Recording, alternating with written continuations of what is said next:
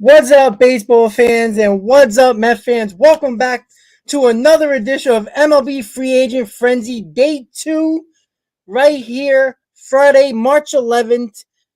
Players are getting into spring training as we speak. No more lockout. All about free agency, all about trade rumors. Thank you all for being here right now, guys. It's all about free agency. Free agent frenzy begins now. It has been very dry over the last 24 hours. But if you really think about it, guys, they didn't end the lockout until almost 6 o'clock last night. So it's not even a full 24 hours as of yet. So we're here to give the live updates on any rumors that we heard. There has been one very, very minor signing that we'll get into. No, not a big name, obviously.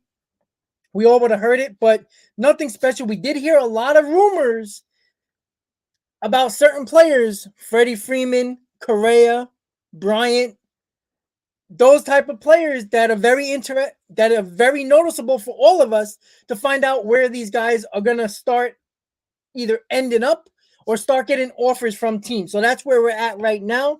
But once again, guys, 48 guys in the stream right away. I love you guys so much for that. Don't forget to hit on that like button, guys. We are going to go through all the rumors, hopefully get constant updates on all the reports that are coming in for all teams, not just the New York Mets, even though this is a Mets channel.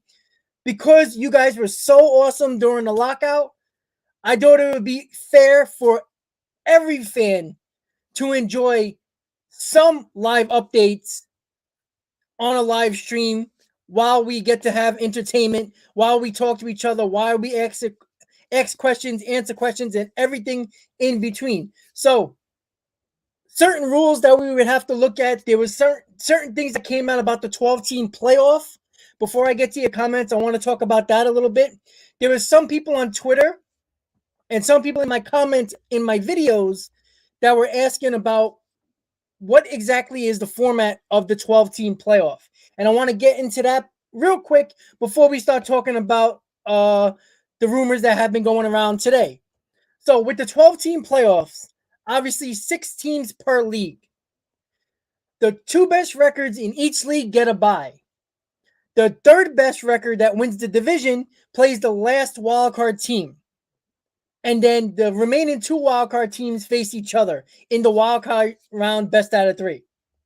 And then they'll go to the divisional round and the way we normally see it, LCS and then World Series. So very quickly, I just wanted to tell you guys that, since a lot of people talked about that in the comments and weren't exactly sure what the format was, because there was so much information in that proposal that it would just make you go crazy. And that's why they hire lawyers to go through that process. So, you know the deal, guys. I'm going to start going through the comments, guys, and say what up to everybody in the chat. A lot of people in here starting off, so give me a chance, guys. John, what's up? Stony, member of Talkin Mets with Rob. La Potencia, what's up? Victor, Nelson, Brady, Joe. Let's see, who else we got? I know we had a couple other people here. Christian, Andrew, Lord, Steven. Keep them coming, guys. Keep it coming. Hayden, what's up, buddy? Robert, Al, Sean, member of Talking Mets with Rob, Jason, Nair, Victor, Daniel, what's up, guys? Grant, another member of Talking Mets with Rob. What's up, guys? Rocky, how you doing? Mets Nation, James. Just going through the list, guys. Richard, Scoob, Peter.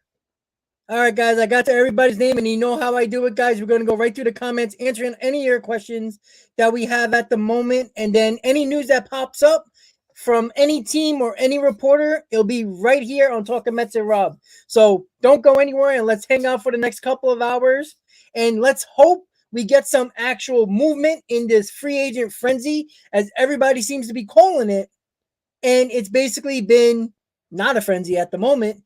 And that just shows everybody that there was no tampering during the lockout. As we all talked about, we thought there would be some agents talking to teams, teams talking to teams about trades, but clearly if there was actually tampering during that process, during the lockout, you would have probably seen sign-ins and trades right away. And since there hasn't been anything at all, except for one minor sign-in, you can just say that they actually behaved during this lockout, which all of us would probably say, the hell with it, you might as well tamper, but they didn't. So unfortunately, we ain't having as much fun as we thought we were going to have, but sooner or later, it's going to start going crazy. John LFGM, Stony, hi Rob, for all my bros asked me about, yeah, I know we missed you, Stony, last night. All right. La Potencia says, it's going to be an interesting, especially if we make a splash. Yep. Victor, Rob, somebody already answered that question for you. Brady says, what up, everyone? Happy free agency. Absolutely. Joe, end the lockout.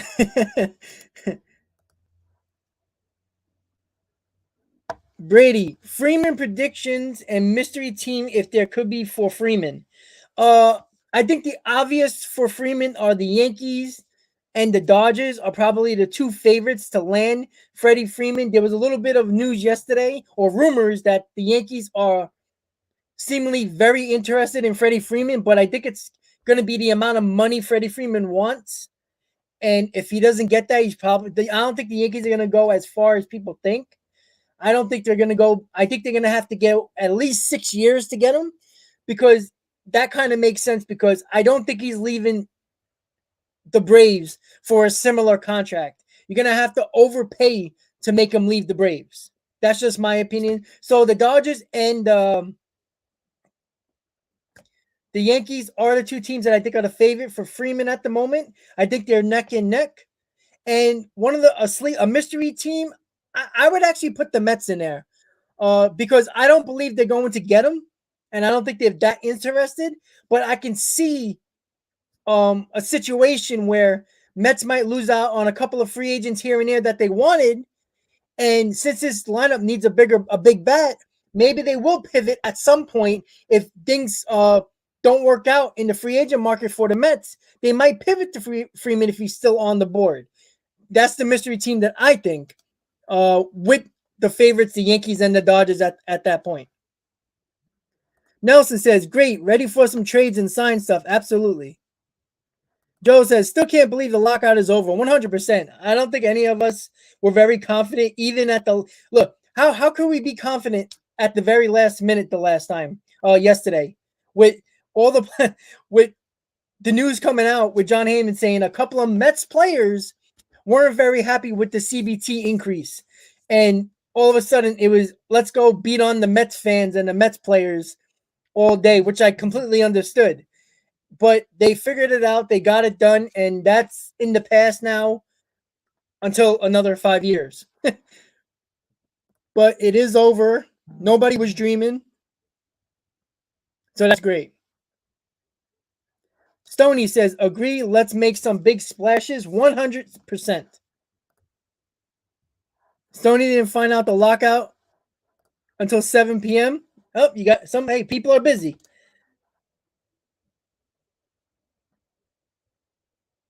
Yeah, Joe, I thought there would be some signings too.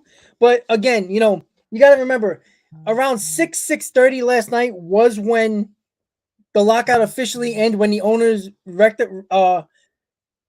officially completed it and signed it and approved it. So that was around 6:30, 7 o'clock. So if you're really thinking about it, everybody's got to get back into the offices. All the GMs got to, start talking to each other again. So it's a lot of process, and they probably didn't start a lot last night. They're probably starting to get together now. Everybody's probably in Florida or Arizona at this point. So everybody's probably just getting settled in and ready. I wouldn't be surprised you start hearing real big rumors in about an hour or two from now when everybody gets settled in. A couple of players, we've seen video of Scherzer walking in at Port St. Lucie about 2 hours ago. So we see that everything's got to settle back into place. It's been a long couple of months with this lockout. Nobody was allowed to do anything. So everybody just has to get, get on their feet and just take a breather at some one point. You can't just go right into it and expect everything to be you know uh blazing right away. But we will get some. I feel like there's going to be a couple of signings. Maybe we'll hear about a trade or two, but definitely something. Brady, watching Rob and MLB Network together while eating mac and cheese and donuts. That's an interesting combination. Christian says Freeman equals Dodgers, Bryant equals Phillies, Correa equals Tigers, Astros, and Angels, and Cubs just extended their manager. Nelson says Suzuki equals Mets. Brady says Story equals Twins, and Correa equals Cubs. And that's one of the rumors that was roaming around too. That the Cubs have been very interested in Carlos Correa. We talked about that about a couple of days ago when we, were waiting for news about the lockout. That there was a possibility that the Cubs are like in a team that's in between, right? At one moment, you would think they signed Stroman, so they're not technically completely rebuilding. A couple of signings here and there with the Cubs, they could be contenders again for that Central.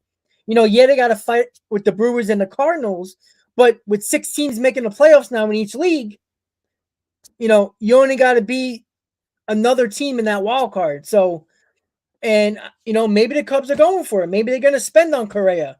They still need a lot of pitching. Stroman is not an ace. They still need an ace. I don't think they're going to get it. I mean, are they going to sign Clayton Kershaw? That doesn't make sense. So unless they make a trade for a Luis Castillo, who knows? But the Cubs are a team that's kind of an enigma at this point. They made that signing of Stroman rather quickly, and I just don't know where they're at. I don't know where their mindset is. It's only a 3-year deal for Stroman.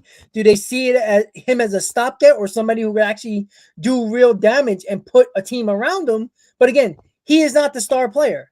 So I just don't know. Maybe they'll sign Rizzo. I don't see them maybe signing anybody else. Correa seems like the option. They're not going to go after Freeman. So there's a lot of different things that we would have to look at with the Cubs because the Cubs are very interesting to me. Correa a story to the Dodgers? I don't think so. They got Turner from the Nationals, and I think that's basically their shortstop now. So I think the Dodgers are either in on Freeman, and if they lose out on him, I think they're gonna pivot somewhere else, maybe to an outfielder.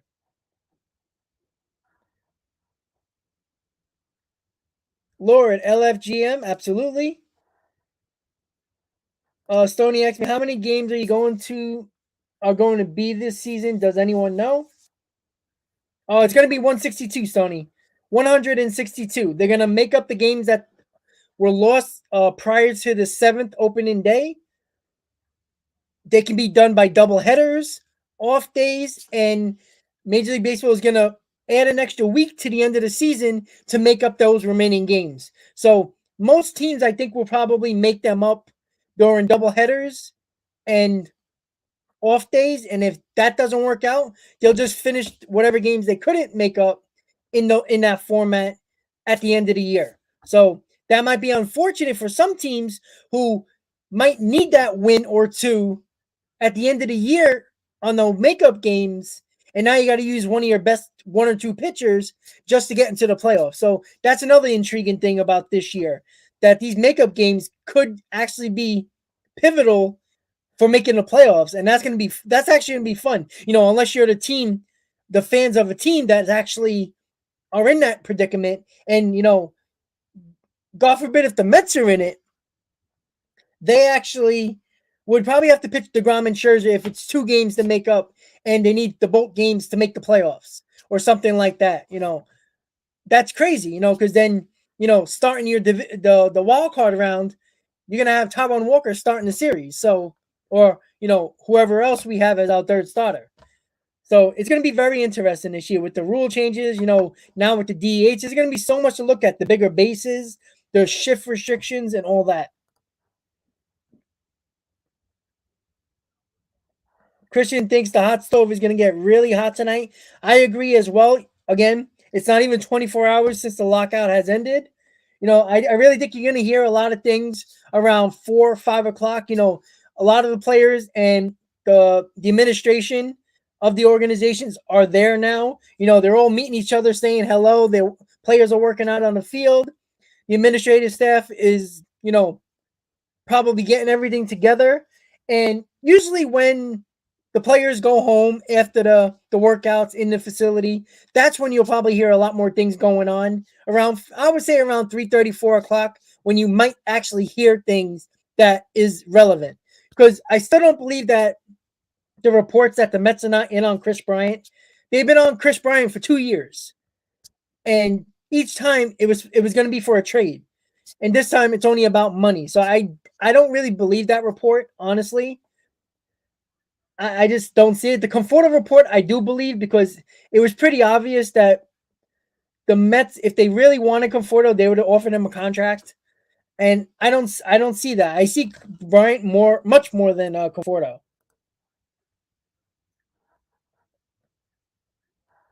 Andrew, that's a lot of people right there. That's a whole new rotation. I think Kikuchi and Rodon is probably the two top pitchers. I think the Mets would get one of them. And obviously, bullpen arms are one of the keys.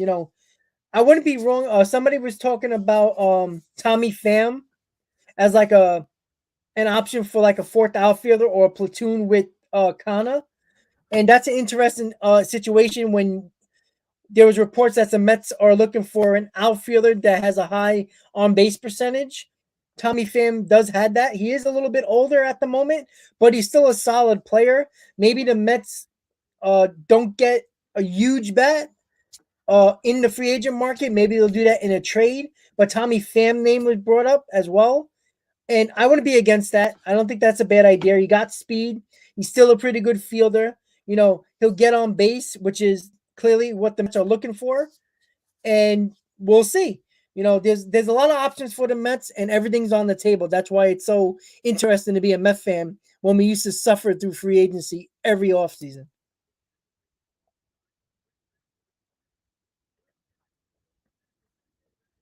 All right, let's keep on checking the comments, guys. If you've got any questions, you know what to do. Just hit up the comment section, and we're good to go. La Potencia says DH is Robbie Cano. We'll see. I think he's gonna get an opportunity. Robert, how you doing, buddy? LFGM Hayden. The bases, I think they had a picture of it I think 2 days ago, and I think the regular bases are, I think, 13 inches, and these new bases are going to be like 18 inches. So it's going to be noticeable for sure. But it will be nice to actually look at them and see what they and see how they look actually.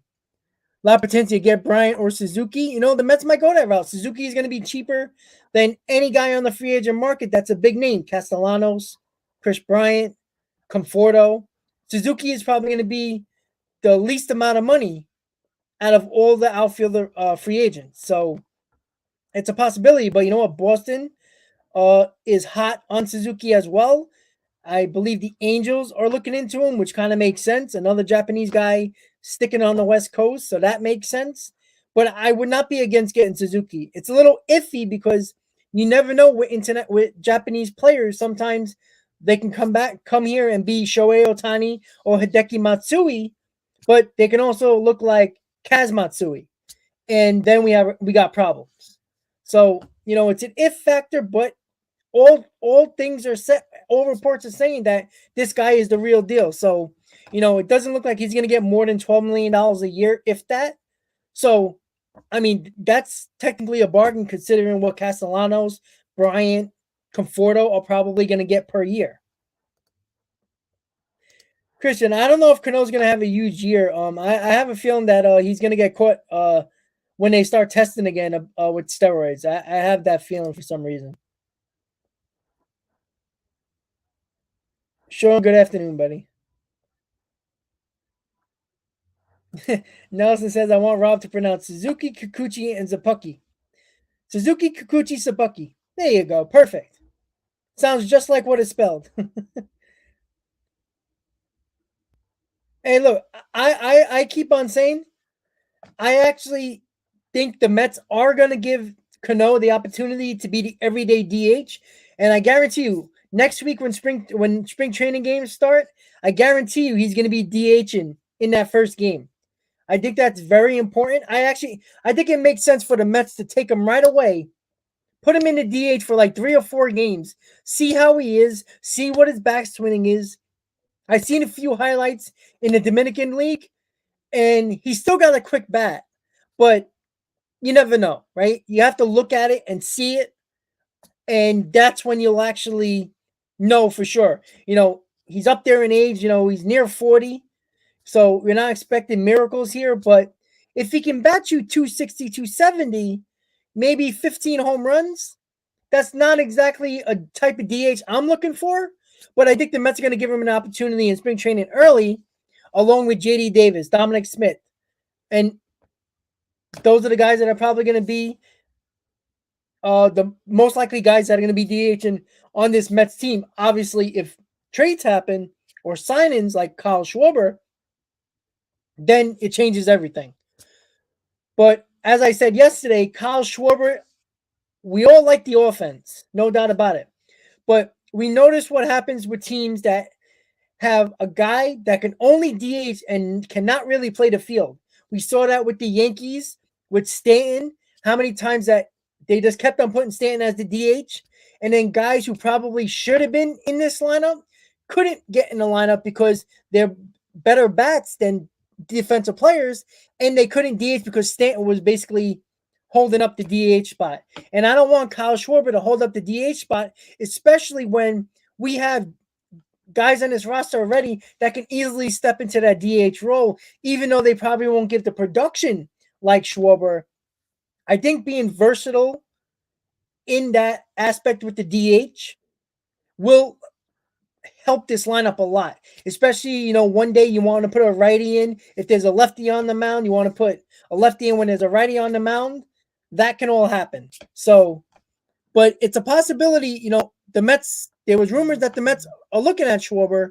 I don't see them. I think Schwarber is going to get like a 4-year deal, probably worth a decent amount of money. And I don't really know if I want to go that far for Kyle Schwarber for just the DH. I think you can spend that money elsewhere. Remember when I told you a couple of days ago that it's not a big deal and it's still March and they will play 162? I didn't shut down your response. I was going by the facts that Major League Baseball was saying. When they say they canceling games, it's a fact. That wasn't my opinion. That was a fact. But obviously, Manfred and the owners were bluffing on that aspect. They probably knew all along they were going to play 162 games as long as they got the deal done at a certain moment. Sony, that would be fun. Victor, what's up, buddy?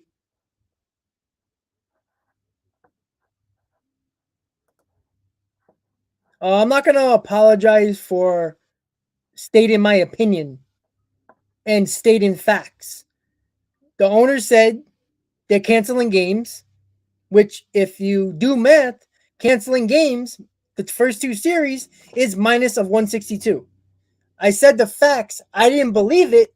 My opinion was they'll probably play 162, but when you brought that up, saying that you were firmly believing that they were going to be 162, that was your opinion. I was just stating facts of what the owners were saying. So I'm not going to apologize for saying my opinion when the facts on the table at that time was the games were going to be canceled. Granted, you were right, but it wasn't that I was saying that you were a fool or you're a dummy, because you're not. We all had an idea that the owners could have been bluffing, but the facts on that day was that they were canceling 2 regular season series. That's what we knew at the moment. Daniel, absolutely.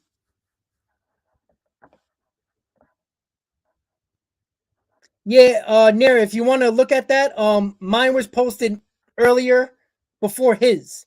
So he posted it after his.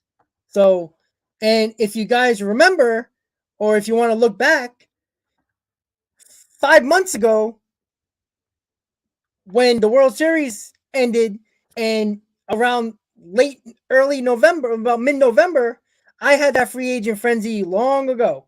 So I don't copy nobody. I don't need to copy anybody. And if you want to go to Wardy, go to Wardy. I'm not stopping you. And yes, Daniel, their health, the Mets' health, is obviously a big key. DeGrom's health is a big key. So I don't really mind. I don't really look at it as, it's that's the big reason why they got Scherzer, right? The reason why they got Scherzer was, I think, is basically a safety net just in case DeGrom happens to go down with an injury. I know you're going to say maybe, well, Scherzer's older, but Scherzer's a bulldog. We've noticed that DeGrom doesn't like to pitch through any type of pain. So I would probably believe myself that he's probably going to miss some games this year. That's just the way I think. And, Scherzer, I think he pitched with basically one eye when the ball hit him that time in the eye and he had that big black eye. He pitched his next start. I mean, he's a bulldog. He's crazy.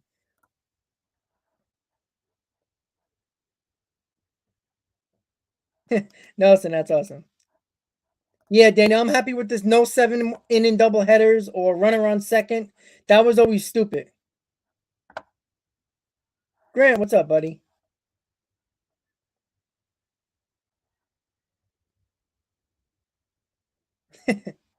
Mets Nation, how you doing, buddy?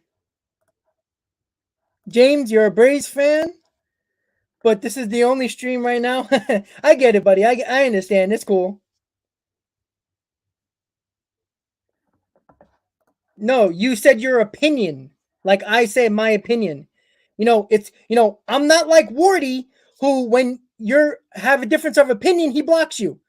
I don't block you. I make you talk your bullshit. So don't worry about it. I am fair. Trust me. Ask anybody in this section if I'm fair. If I don't agree with you, that's fine. But I'm not going to apologize for giving my opinion. That doesn't make sense. We're adults here. We're not children.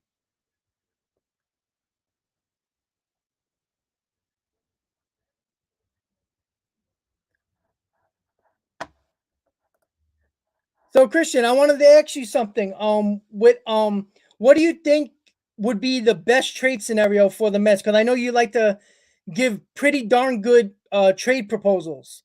So Christian, I'm curious. What if the Mets are going to make a trade? What type of trade do you think they'll go for a position player, or you think they'll go for a starting pitcher? I'm curious to think of what type of proposal you would think of when it comes to the Mets. Not just not throw free agency to the side. Like a trade proposal you think the Mets can actually do that is fair for both sides.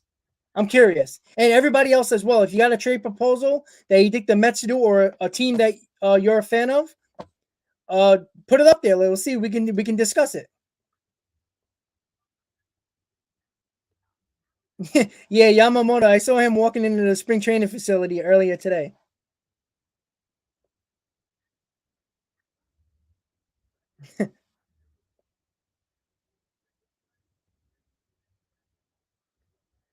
Richard, how you doing, buddy?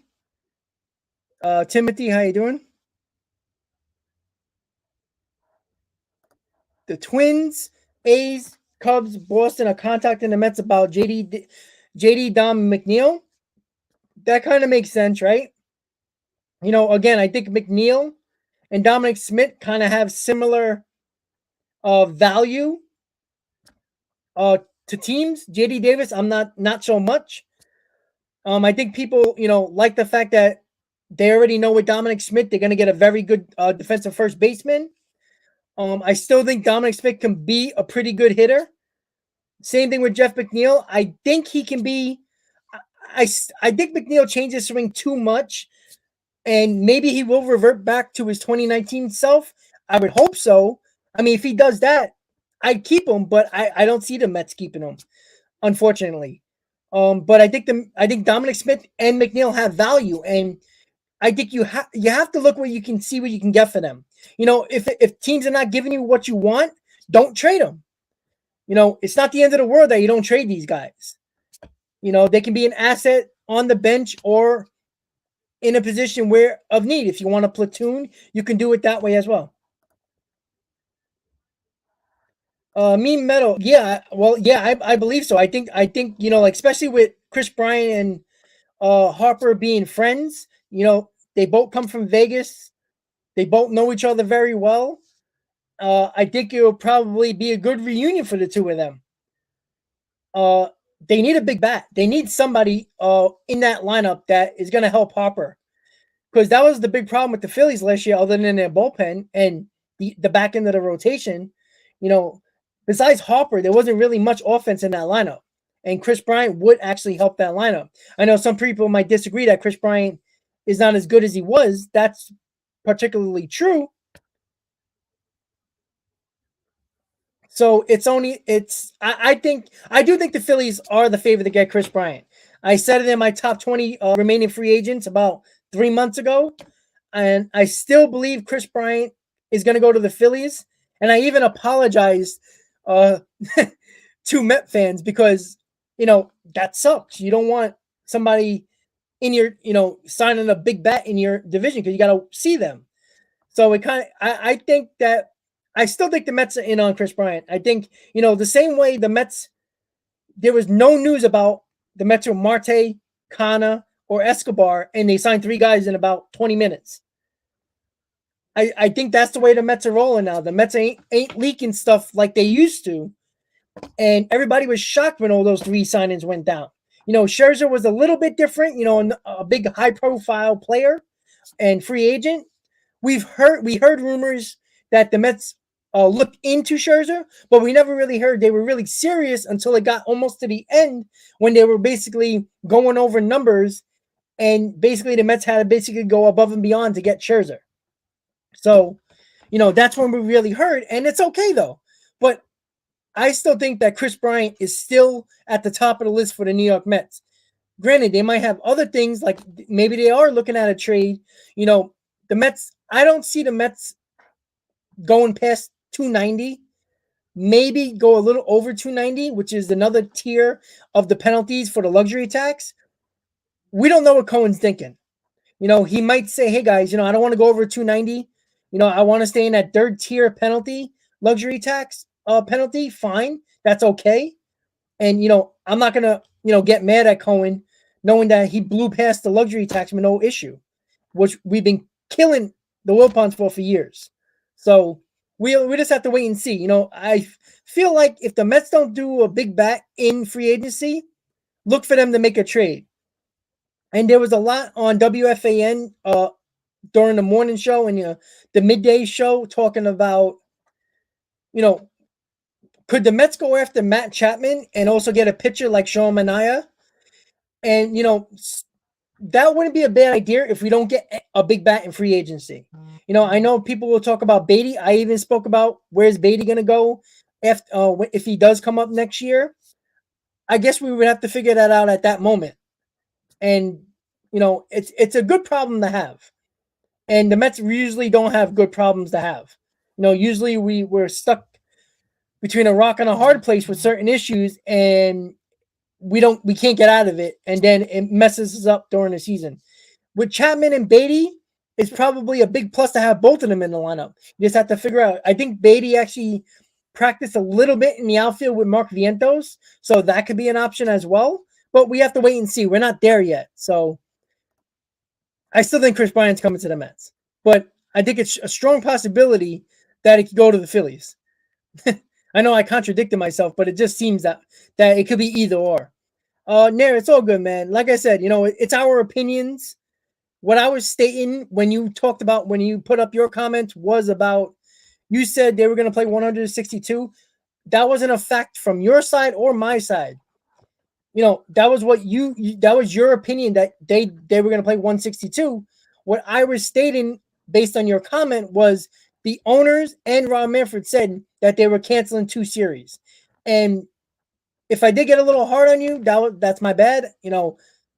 That's, probably frustration.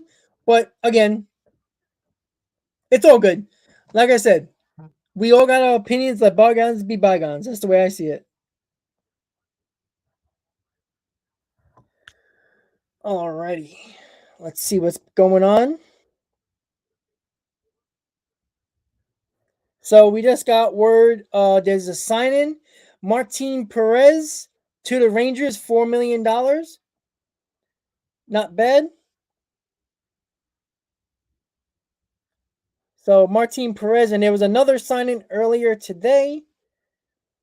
Drew Verhagen goes to the Cardinals for $5.5 million for 2 years.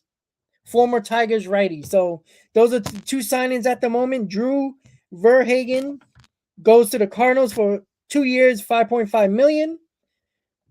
And a few minutes ago, Martin Perez to the Rangers for $4 million. So I'm assuming that $4 million is 1 year. So we've seen small little signings right now. And there we go. So we're getting a little bit of movement, but not exactly. We're moving at a snail's pace here, guys. But you know what? At least we're not talking about who do we hate more, the players or the owners during the lockout, right? Now we're just talking about free agency and who this team's going to get. Oh, look at that. Look about that. So it's just going to be interesting in the next few hours. Like I said, it's almost 3:00, and now you're starting to see a sign in here, a sign in there. I've seen some that Bryant to the Orioles. That's very odd to me. I mean, they're completely rebuild mode, and to spend money on that, I doubt it. But we'll see. Excuse me.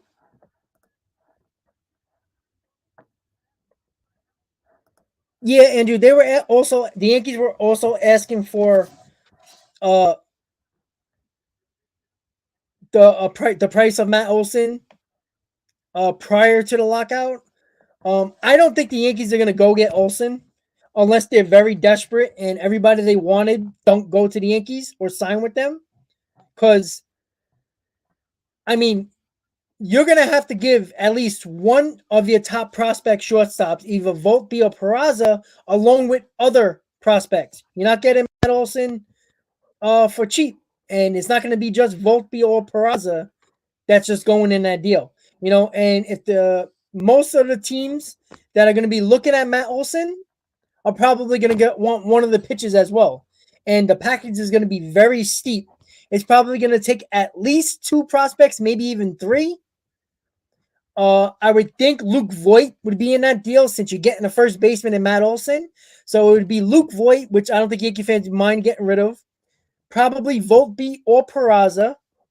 And another probably either top 7 prospect but definitely top 10 prospect, and maybe another lower level minor leaguer. So if you're willing to do that, but let's hope, guys, for the Yankees' sake, if the Yankees trade Volpe and Volpe turns out to be a lot better than Peraza, and Peraza doesn't live up to the hype, or vice versa, now the Yankees, yes, they got Olson, but that shortstop of the future is not there. And now you have a problem at shortstop again. And all the shortstop free agents are all going to be gone at that point. And I don't think the Yankees are going to pivot to Carlos Correa and pay him $260 or $270 million. John says, man, I hope we sign Freddie Freeman. Don't get your hopes up. I still think there's a chance that he goes back to the Braves. But again, I think the Yankees are probably the favorites along with the Dodgers.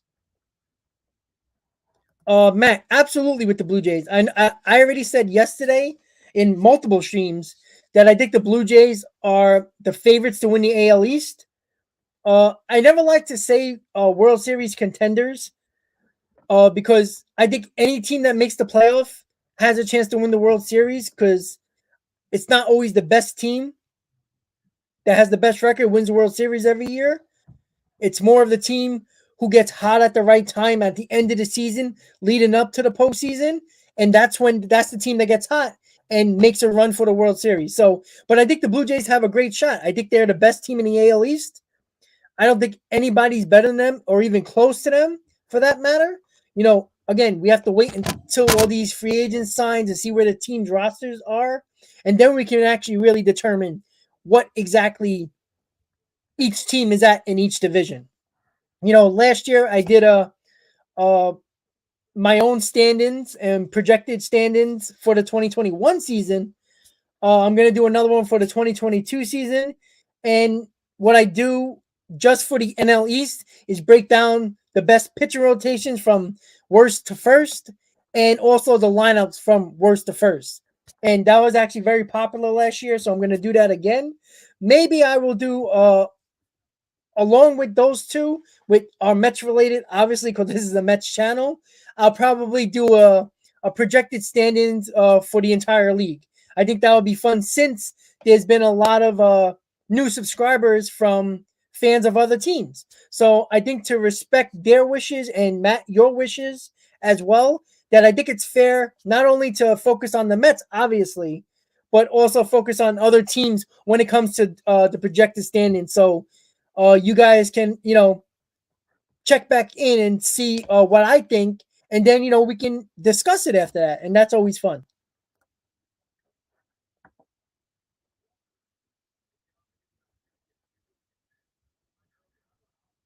Yeah, I don't think it's logistically smart to spend 160, 170 million dollars on Freddie Freeman when you have a first baseman in Alonso.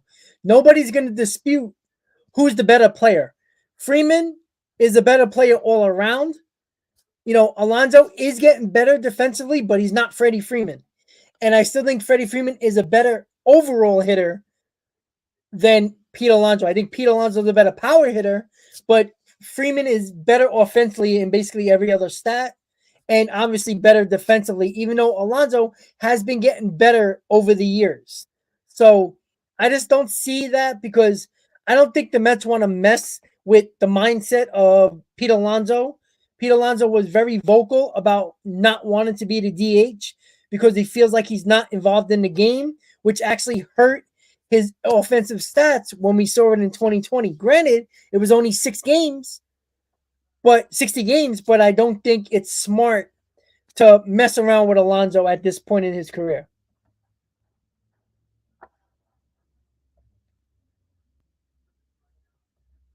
Angel, how you doing, buddy? Hi, Rob. The latest I heard is Freeman has narrowed it down to Atlanta and the Yanks. Still think the Dodgers are in the running? I think so too. I mean, we haven't really heard much about anything yet.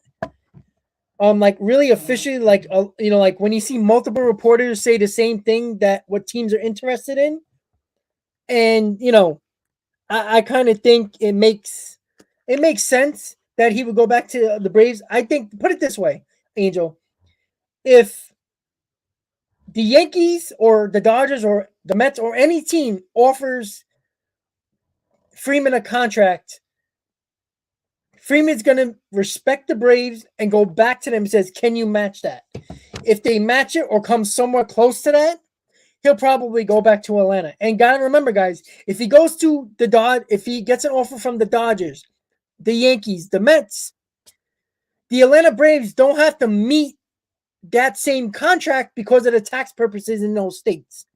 Obviously, California has the highest tax rate, and obviously New York is basically second in New York in taxes.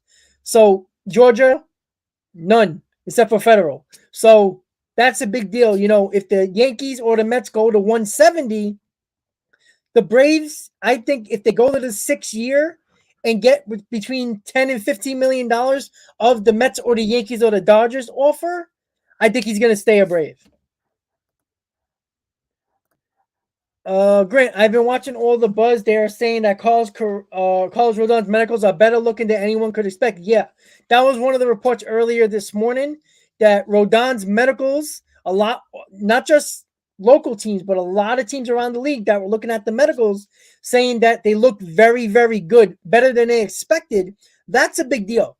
Now, you can, you know, say that if you look at Rodon's stats, which somebody brought up, I don't remember who it was yesterday in the stream, brought up a good point to look at his stats.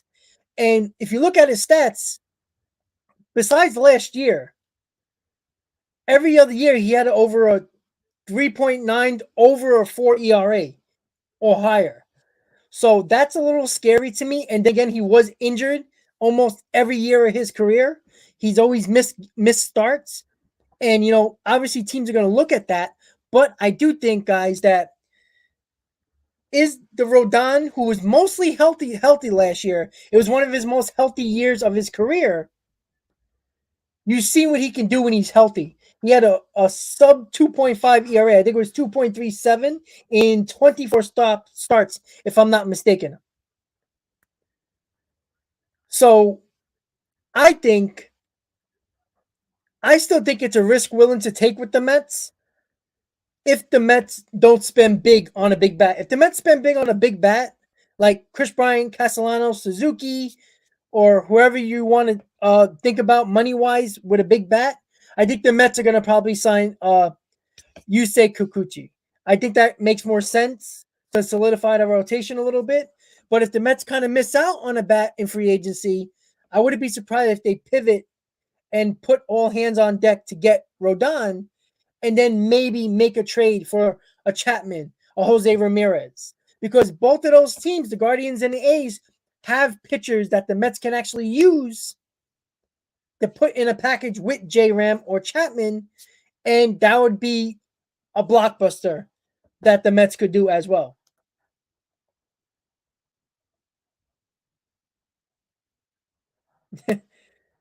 La Potencia, I don't believe that report one bit, honestly. I think the Mets are in. Again, guys, don't take every report to heart because you got to remember, guys, like I said about 20 minutes ago, the Marte, Kana, and Escobar signing, there was not one report about the Mets being rumored to be talking to these guys. So I think we have, especially Met fans, have that old mentality, that Wilpon mentality, where when we hear rumors, we're kind of like, yeah, okay, whatever, that's not happening. And I don't think we're not used to the fact that we're involved in everybody. Just because you don't hear it from reporters doesn't mean the Mets are not in it. In years past, you didn't hear teams like the Dodgers, the Yankees, teams that always hear rumors about every player they're interested in, because the reason is, with their amount of money that they can easily spend, every player is an option in free agency, even if it doesn't even make sense. Like Freeman doesn't make sense, but because the Mets have the money, the Mets pop up in the Freeman talks. So that's how it works. And you see it with the Dodgers, you see it with the Yankees, you see it with the Angels, teams that spend big. Everybody, all of those teams, everybody is an option. So, Andrew, I'm assuming you're a Padres fan. So, Padres, my mystery team. Maybe you're not. You're just thinking that. Freeman to the Padres as a mystery team. That is interesting, though, because I can see them trading Hosmer. They seem like it's basically a swap of contracts. Obviously Freeman's going to cost a little bit more in a few more years, but you can't not take Freeman over Hosmer. That'd be crazy. So I mean that's interesting. The Padres have been spending money, and let's be honest, guys. They are a team that needs to start actually getting in. A return on investment with wins and playoffs and possible World Series chances. So that's a good one. I didn't even think about the Padres. That's a good call, Andrew.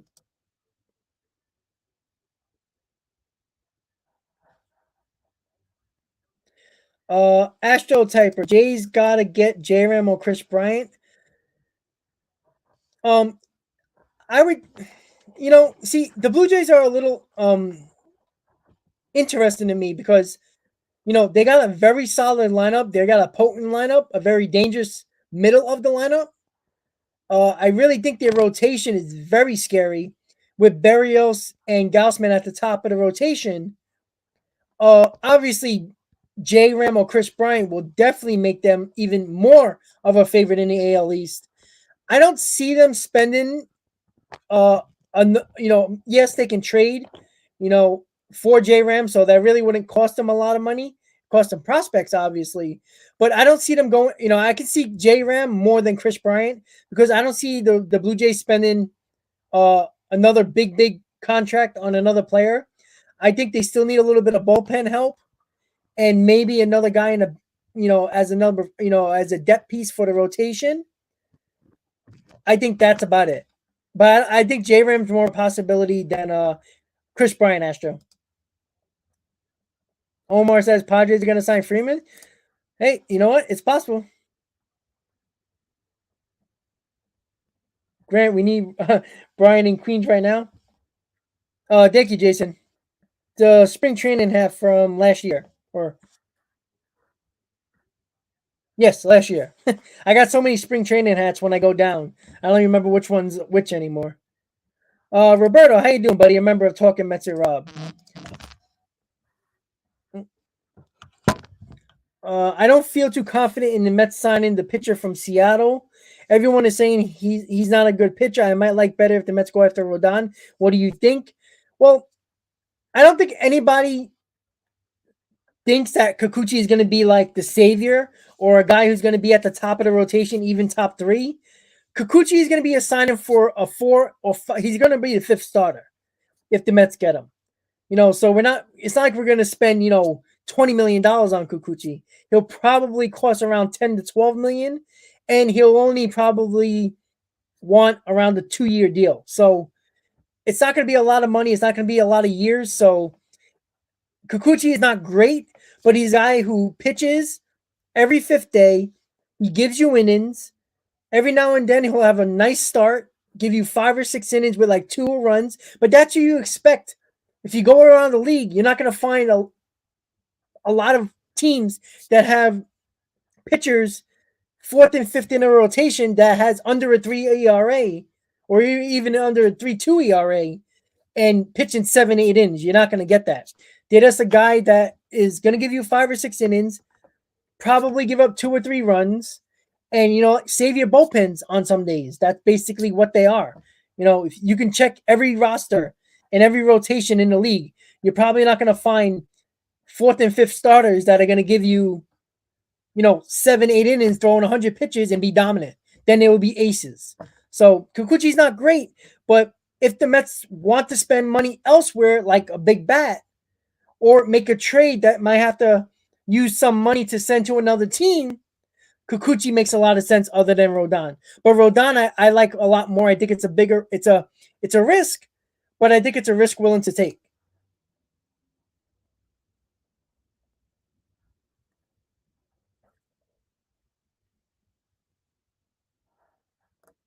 Yeah, with Robert, with the negotiations, they never do that.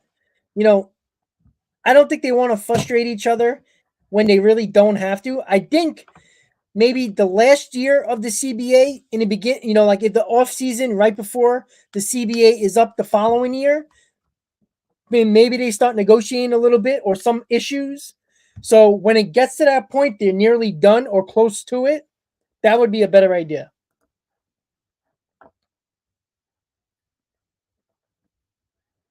Kershaw to the Rangers, that makes sense. Texas boy, makes sense.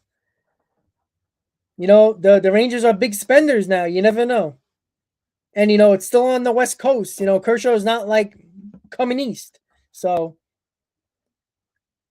that would be interesting. I mean, Texas is looking a little scary, man. Their lineup with Simeon and Seager.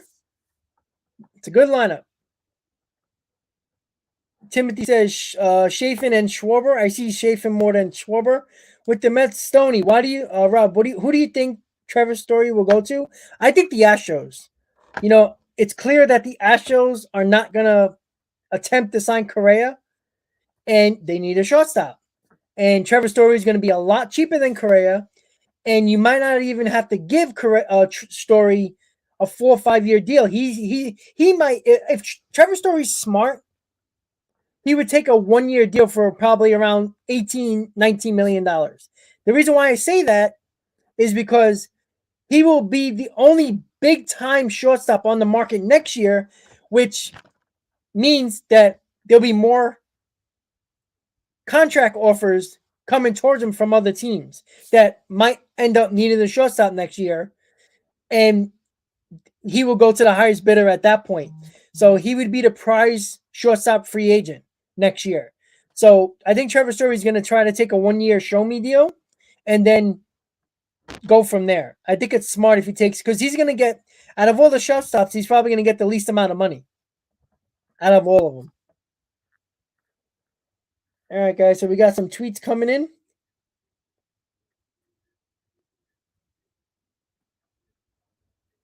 All right, guys. So Buster Only, veteran agent, says the market is zooming. He's already heard about 6 to 8 deals agreed to. So here we go, guys. We are starting. You know, it was either going to be big time trades or big time free agent signings. We are getting a lot of information that 6 to 8 deals are agreed upon. So, you know, that means, oh, baby, here we go. Here we go, guys. Again, I said around 3, 4 o'clock when things are going to start picking up. And they are. I mean, 6 to 8 deals agreed upon. That's a lot of deals. You know, just imagine if they all get go through the MLB offices around the same time. They're all going to come in at the same time, guys. So get ready. Stick around. We're going to get some updates probably very soon about some deals being made. Oh, boy. So, guys, if you are going to spring training or Port St. Lucie, Tim Healy just reported that Clover Park backfields, where if you haven't been there before, the backfields, you can see a lot of the minor leaguers practicing and some major leaguers practicing in the backfields, will be open to the public this spring training beginning 10 a.m. on Saturday. So if you are going to spring training or you're in the Port St. Lucie area or just in Florida and you want to check it out, 10 a.m. Saturday, you're allowed to go walk around the facilities and walk around the backfields. I did that in 2018 and last year. They limited it off because of COVID, but we were still able to walk around a little bit. But in 2018, I basically have video walking around the whole facility and the backfields. That was a lot of fun. So just so you guys know, if you are in or around Port St. Lucie or in Florida or expect to go to games or just check out the practices, you can check those out. You can walk through the backfields now. It's a great experience if you're a Met fan. Matt, do you think the Blue Jays will? I already said that. I'm sorry.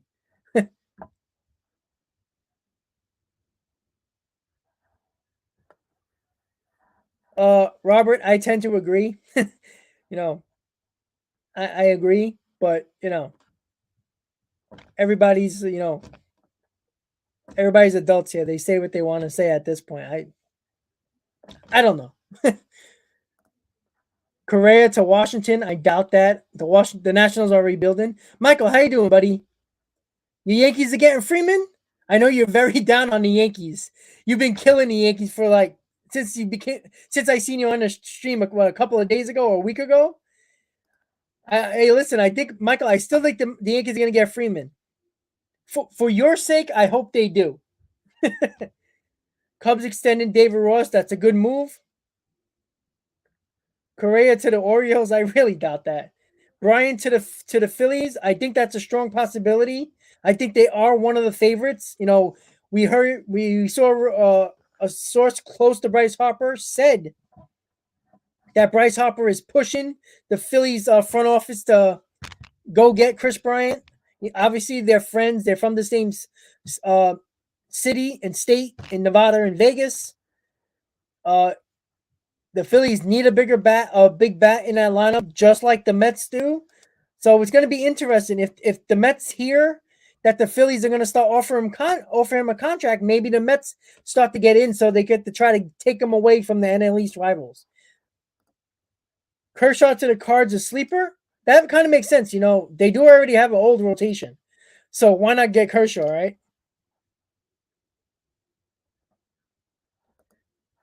Well, Steven, if they see that they can rebuild quick, you can do that in free agency in baseball. And the Cubs have money.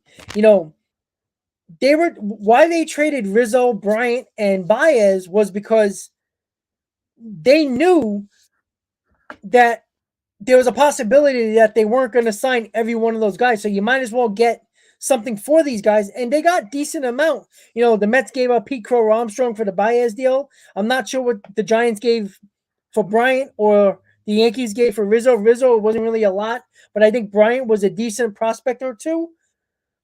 They were trying to get as much as they could for them. And knowing that if they would get a sign one or two of those guys back, now they got the prospects from those guys, and they actually would be able to sign. I still think Rizzo's probably a possibility going back to the Cubs. And just think, guys, if the Cubs do sign Correa, now this team is talking.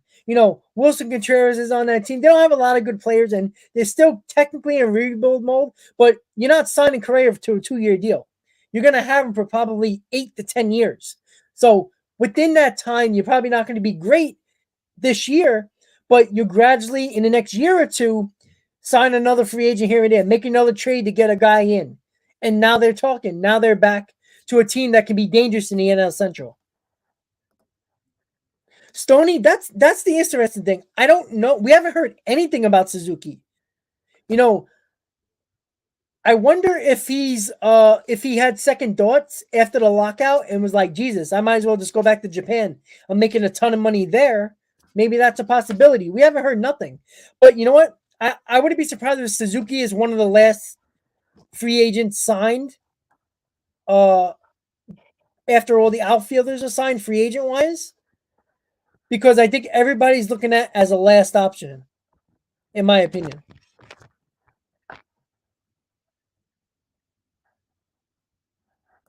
Yeah, Grant, I think that's insane. Like, I would think, opening day is a ceremony within itself. The Jackie Robinson Day is a ceremony within itself. And the Tom Seaver statue is a ceremony within itself. So to have three different things going on the same day is a little odd. Like I was talking to a couple of my friends that are going to the game on opening day, and we're like, are we gonna have to get there at like 9 o'clock in the morning so they can do all these ceremonies coming up to the game at 1 o'clock? Because that's crazy to me. You know what I'm saying? Like, I mean, I think Tom Seaver and Jackie Robinson deserve their own day of recognition alone. On opening day, all the Mets players are going to wear 42, which I think is excellent. But on opening day, you want to see the players, the Scherzer, the Martes, wearing their new numbers, stuff like that. That's always something that we always like to see. When Howie Rose introduces the players, is he going to say number 42 on everybody? And, it's cool to hear, number 21, Max Scherzer. We like to hear that, But I would be very shocked. I mean, I would be surprised, if the Mets were smart, they would actually move the Tom Seaver statue ceremony to the following day. Because that's a little much. Like, you literally gonna have to be in your seats at 10 o'clock. You're gonna have to have ceremonies for Jackie Robinson and with Jackie Robinson with his widow wife and his family, and do the ceremony there, which is always a great scene. And then they gotta have the statue revealing ceremony with Tom Seaver's family there. And then after all that, while we're patiently waiting, now the introductions for the opening day ceremonies, introducing all the players. So it's gonna be a long day on opening day. Buzz Talk, thank you so much, buddy. The Mets are not going to win 117 games.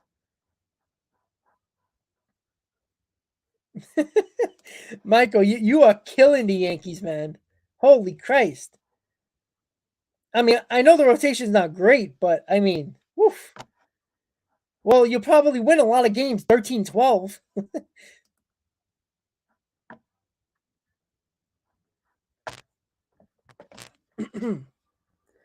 Just going to refresh Twitter, guys, as you know what we did 100 times during the lockout.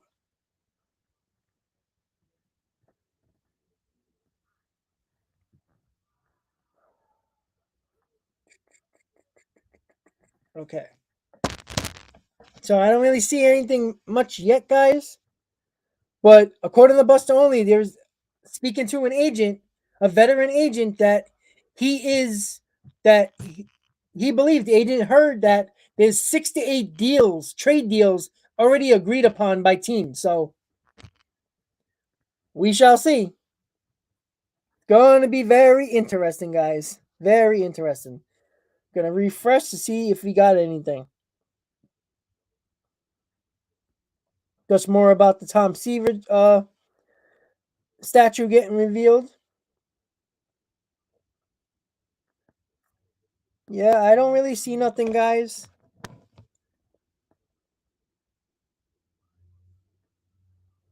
Joe DeMayo posted, put it on Twitter. Jonathan VR posted a video of him working out.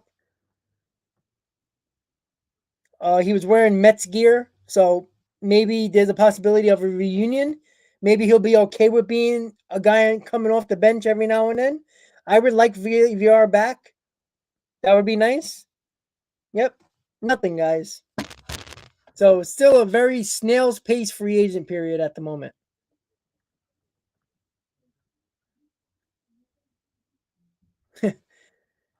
Jeremy, let's try to keep this non-political, please. There's been enough bad news in this country already.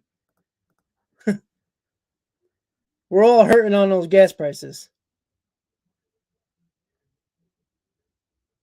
Here, Miguel Andujar robbed at gunpoint in DR. Well, I mean, he wasn't the first player and the first celebrity that happened to in DR. I mean, these guys flaunt their millions or their hundreds of thousands of dollars in jewelry and cars. They basically live around the areas they grew up with big houses. I mean, it's unfortunate. Hopefully, he's okay. Brady says hashtag end the lockout. You think the Metro trade Seth Lugo? No. Seth Lugo is a big piece to the puzzle for this bullpen. The Mets already need enough bullpen arms. They don't need to get rid of another one. La Potencia wants a splash move today. I agree.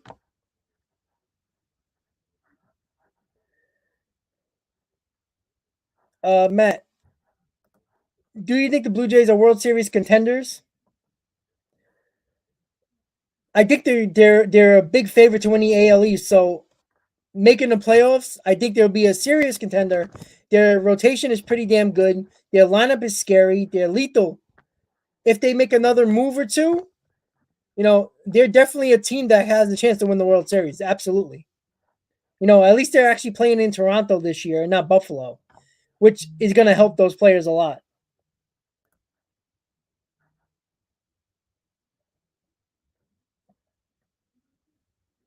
Matthew, I have no idea. I honestly thought that there would be a lot more movement, at least today. I wasn't really optimistic about craziness going on last night, but I would think this morning you might get a couple of small moves, one little trade here, maybe a decent signing here.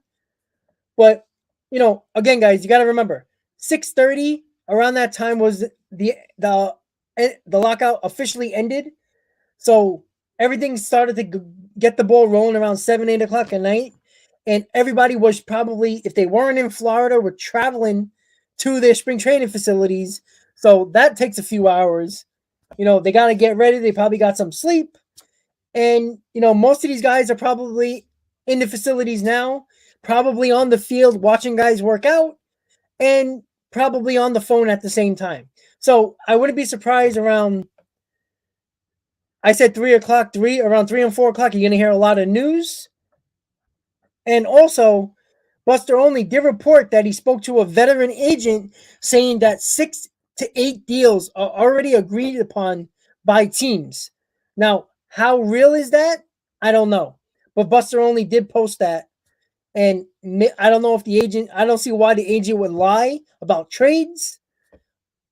But we have to wait and see. But if that's true, that means there's going to be a flurry of news in the next couple of hours. After teams agree, they got to send the paperwork to the MLB offices for approval, and that's when the deal is official. but we haven't heard about any deals yet. Bring back the Nordiques. Yeah, the Quebec Nordiques are fun. Do the Mets still pay Bobby Bonilla? Yes, they do. Dude, I like that. Preferred World Series matchup. Well, I'm gonna be a little biased here. I'm gonna say preferred. I'm gonna put my Mets in there because why not? I mean, if you're optimistic about your team, you might as well, right? I would say the Mets and Blue Jays. That's an interesting World Series. It's a nice little flight up north to go to Toronto for a World Series game. I'll do that. 40-60% chance that the Mets sign Bryant. Will Maddox with the odds again. We always like those. Yeah, Rob, I agree. If it's a really another slow day, that would suck. Everybody is really excited about, the end of the lockout. And right away, even the reporters, excuse me, said that, we expect to have a free agent frenzy, because spring training is starting so quickly. We'll see. So we're looking like we're getting some Mets news here at the moment. Let's see what it says. Pat Ragazza heard that the Mets are currently focused on adding pitching, both starting and relief. Not big news. I think we knew that. But, that kind of makes sense at the moment. Probably Rodon and Kikuchi, maybe a trade. Maybe they're one of the teams that agreed to a trade already. We'll see. But we're getting a little bit of tidbit news here and there that might be very interesting in the next coming minutes or hours. Alan, thank you for tuning in. Tigers prediction. Well, I think it was a good signing to sign Baez for the Tigers. I think they're going to need a little bit of more pitching. The Tigers need a lot. I mean, there's no mistake in that. They surprised a lot of people last year, even though they didn't win a lot of games. They surprised a lot of people, winning more games than anybody thought. I don't think they're a contender yet for the AL Central. I think the White Sox got that on lock at least this year. But clearly the Tigers are willing to spend. Cabrera's at the basically end of his career, but he's still scary. I still think the Tigers need another bat, probably another decent arm or two in the rotation, and definitely a bullpen arm or two to actually help these Tigers at least try to go after the White Sox. But again, there is an extra wild card team, so there's always a possibility. Tigers surprised a lot of people with more wins than were expected last year, so you never know. But I do think they need a lot of help still. But they spent money on Baez. Maybe they're still going to spend money. Will Maddox said Suzuki and Rodon. Yeah, I could see that. But we still haven't heard anything about Suzuki at all, which is very odd. Because prior to the lockout, we started to hear rumors about that. Let's see. Just refreshing Twitter again.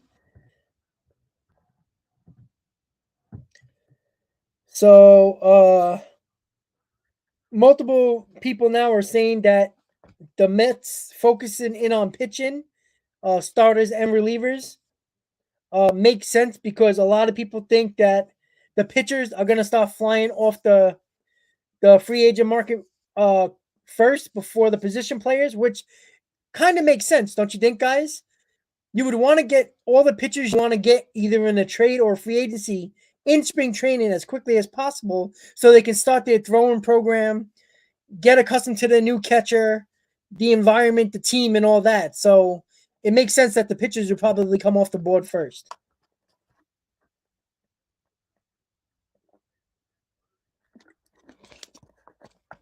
Yeah, Grant, I saw Scherzer walk in, shake the guy's hand that opened the gate for him. He just looked like he was ready to go, like he was in full season form. I'm telling you, we are going to love Max Scherzer. We always had a freaking deal with him with the Nationals, and he was a hated enemy. And even with the Dodgers at times, we had to deal with him a little bit. It's finally nice to get a bulldog on the mound mentality and a guy who shows his emotion on the mound is going to be great, and the fans are going to love it. He's the exact opposite of Jacob DeGrom. Both guys are extremely dominant. Got many Cy Youngs in total together, but Jacob DeGrom is a guy who shows it on the mound. Proves it by dominating the game. Doesn't show a lot of emotion at all. Either every now and then you see him get a little frustrated, but you never see him get very high or very low. Scherzer, you will see him cursing at himself when he gives up a home run. You'll see him fist pump when he makes a big strikeout. I guarantee you, when he pitches the second game of the season against Arizona, the second game of the season against Washington, you're going to see him be very pumped up for facing his old team now in a Mets uniform as a rival. That's going to be very pumped up for him. The Nationals are a very bad team this year. We played the Nationals a decent amount of times in the first few months, and that should be hopefully a lot of wins for the Mets. But Scherzer is going to be a lot of fun to deal with.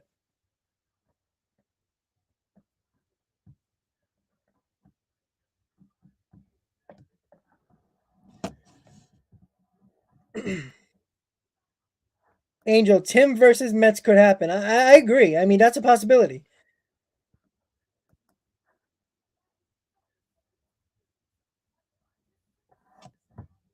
No, I don't think everybody's coming to Mets. I don't think Freeman's coming to the Mets. Schwarber's coming to the Mets. Troy, Tigers World Series, Allen. I think that's a little bit of wishful thinking, but the Tigers are going to get better. I think that, they already spent money on Baez. I think they might make another decent move in the lineup, and they need pitching and they need bullpen. So we'll see. But we've been getting a lot of Tigers fans around, and that's pretty cool. Red Fox, Ohtani was good, but took a few years to break out. If Mets are in win now mode, Suzuki might be a similar story. Maybe. Everybody's different. No matter, if there is a big superstar or not. Obviously, Ohtani was a bigger superstar than Suzuki, but Suzuki is a superstar in Japan. I think the Mets can afford. I mean, Ohtani was still good. You got to remember, Ohtani is a two-way player. It took him some time because he was pitching. It was much different. The ball is different in major leagues. The mound is a little bit different. The hitters are different. So he had to get time adjusting and a time adjusting as a hitter with the pitchers. In Japan, you see a lot of similar type of pitchers with rotations. With pitches, they throw a lot of breaking stuff in Japan. In Major League Baseball, they do throw a lot of breaking balls, but they do throw also a lot of off-speed stuff and fastballs. You don't see a lot of 99 plus or 98 plus in Japan. More they focus on the breaking stuff and the off-speed stuff. Here, everybody freaking throws 98 miles an hour. So it took him a little bit of adjustment period. Maybe Suzuki will have to deal with that, but at least he can only focus on hitting, which is good. Ryan, I still think I tend to agree with you. As much as I want Bryant on the Mets, I did say in my prior video about 2 months ago that I believe in my top 20 top free agents that Kris Bryant was going to the Phillies. That's what I felt, even though it kind of pisses me off. I try to be honest and fair when I make those predictions, and it wouldn't shock me.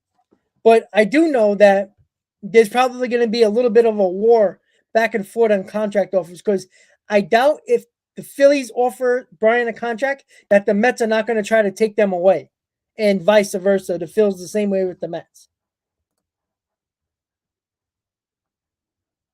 It does feel like that. You know what? I think when we'll get the highlights, the baseball night in New York, Mets hot stove, sports night, Geico sports night, and you get the highlights of the guys working out. That's when it's going to get real.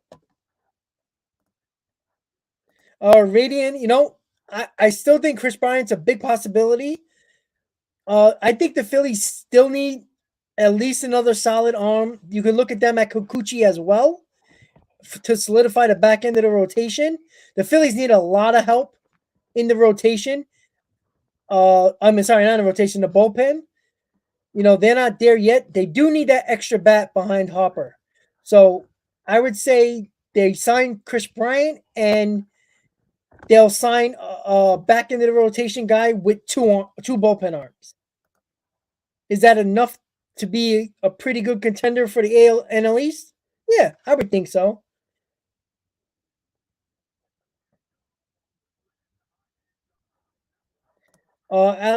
Any prospects I'm looking forward to watching?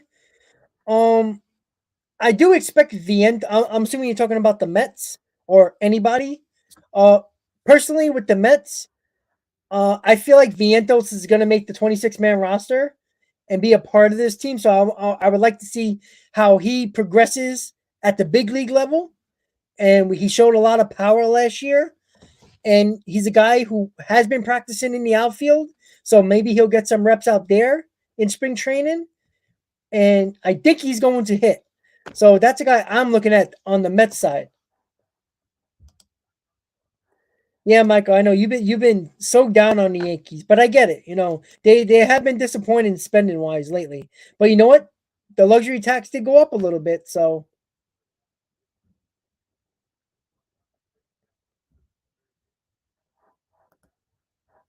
I agree, Joel. On the first two, the the third one with Olsen, I don't see the Yankees trading for Olsen unless they're in a situation where they lose out on everybody they could have got free agent wise at first base. And that includes Rizzo as well. I don't think they're going to trade because it's going to take a ton. Olsen in the starting pitcher, if you're going to talk about Montaz or Bassett or Sean Manaea with Olsen, it's going to cost you either Volpe or Peraza, one of those guys, along with another probably top 10 prospect that you're probably not going to want to get rid of, plus a lower level prospect, and Luke Voigt will be in that deal as well. Because all the proposals that I've seen that people, it's like mock predictions and proposals. There's no way you're getting Olsen and one of the Oakland A's starting pitcher for no less than two top 10 prospects, a lower level prospect, and probably Voigt. Because Voigt's going to be in that deal because where's he going to play if the Yankees keep him?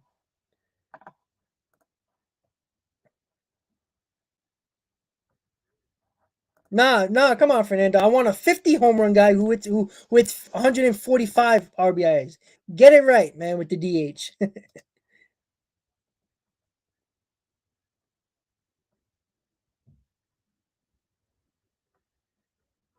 Cano is a lot better hitter than you think. Again, I think Cohen, jeez. I think Cano still got that bat speed. But again, we're not. If anybody expects him to be a guy that's going to hit 20 plus home runs, I doubt it. If we get 15 home runs, I think that'll be a lot.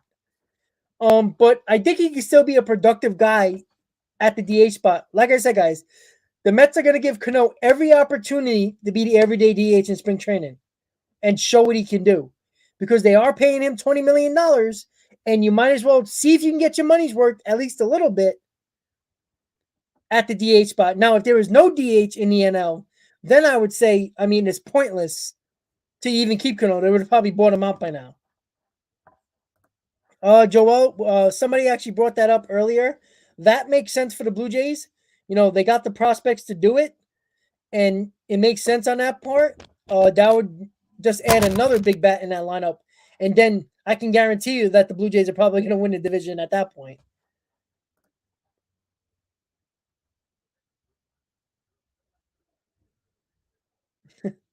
Kevin, how you doing, buddy? DRQ, Dr. QR. I saw Cano in a Dominican around 2 months ago, and he looks great in both. Well, uh, let's hope that he wasn't on the juice. Honestly, guys, I don't like to, make that claim based on no proof, but we saw him get suspended because of PEDs already as a Met. So I want to be careful with what he did in the Dominican League. I did see a few highlights where his bat speed, where he turned on a 96 miles an hour fastball and hit it about 390 feet, 400 feet over the right center field wall. So I do understand the Cano fascination somewhere, and he can't be the everyday second baseman. This is not the Wilpon Mets. I'm sorry. I cannot see Cano. Would he get a spot start here and there? Yeah, probably. You know, most likely, but I can't see Cano starting 4 or 5 days a week. That would drive me freaking nuts. I'll stick the needle in his ass myself. I can't see that. Danny, Rodon to Mets? Hell yeah, let's make it happen. Who we got to call to make that happen? I don't got Steve Cohen on speed dial, guys. Maybe I should just put a little tweet to Cohen, right? A little bit of a direct message. Hey, you want to get Rodon?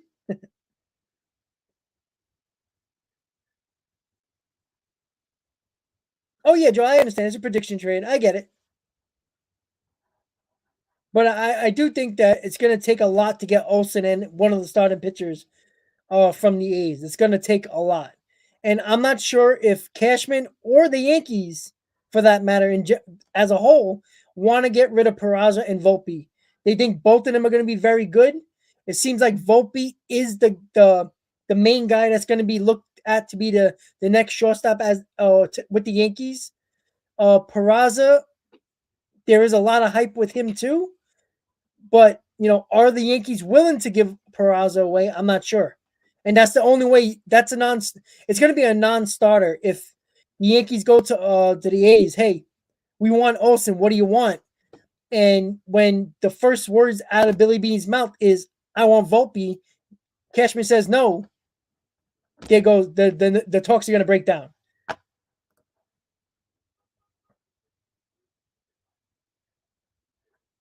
Danny, what is my stand on the Mets with Rodon? I think it's going to be a risk, obviously, because of his injury history. But I don't know if you saw the report earlier that was all over Twitter that a lot of teams, not just the Mets, there was many teams that looked at the medicals of Carlos Rodon, and they were very surprised at how good his medicals looked. They were very surprised. They didn't think the medicals were going to look that good. So that's a good thing for Rodon money wise, because there's going to be more teams after him. And any team that I think gets him is going to feel confident that he is probably going to be more healthy than not. And to take that risk on him makes sense because you saw what happened when he was healthy last year. He had a little bit of an injury issue with his shoulder last year, but he did pitch his most starts in his career, 24. And he had a 2.37 ERA. So I don't think he's going to be that good. But if he gives me a 3.1 ERA, I'll take that in a heartbeat. So I think it makes so much sense for the Mets to get Rodon. If the Mets are going to go heavy on pitching with the rotation and the bullpen, mostly, I'd be okay with that. I'd like another bat, but if the Mets are going to put all their chips with pitching, I'm not going to complain about that. La Potencia, nothing on Kikuchi yet. Not really much at all, honestly. There hasn't really been much. Refreshing Twitter every few minutes. Nothing. Yes. Besides the Buster Only tweet about 45 minutes ago, about according to a veteran agent he spoke to, 6 to 8 deals are already agreed upon. So that's a lot of trades. So that means that involves at least 7 or 8 teams, maybe less. If that's true, I mean, we're going to probably get a lot of news sooner or later. So, I mean, we'll see if it's true or not. Again, that could just be a lot of smoke from the agent, which I don't see why the agent would throw all those rumors about trades when you would think an agent would talk more about, free agent players. more, but I mean, at this point, take it for what it's worth. I tend to not believe it, but we'll see. So here's an interesting thing from it was a couple of hours ago from John Heyman. Mets are calculated to be $9 to $10 million under the fourth tier threshold of 290 million. They seek a starter and a hitter. If they sign both, are likely to exceed 290. Owner Steve Cohen isn't going to complain and may go over, but some Mets people saw a target on his back. So again, we're only about $10 million away from the fourth tier luxury tax penalty, which involves major penalties, monetary and possible picks and all that nonsense that's in that new agreement. But I don't think Steve Cohen cares at this point. If the Mets need somebody and Epler brings it to the table and shows Steve Cohen is probably going to say yes, most likely. Andrew, how did work go last night? It was okay. I was excited. You know what? Honestly, it was probably one of the best days at work because I was so excited. Like I walked in work and my boss looked at me and goes, "What the hell's wrong with you? You're too happy." I'm like, "Baseball's back." And he goes, "Okay, get to work." And so, all I was doing, I was listening to WFAM overnight, checking Twitter, which was a waste of time because nothing happened. But I enjoyed it. I had a happy day. I couldn't wait to get home so I can start the stream. Honestly, it was fun. I couldn't wait. Nothing happened. In an hour and a half for the stream already. There's nothing, but that's okay.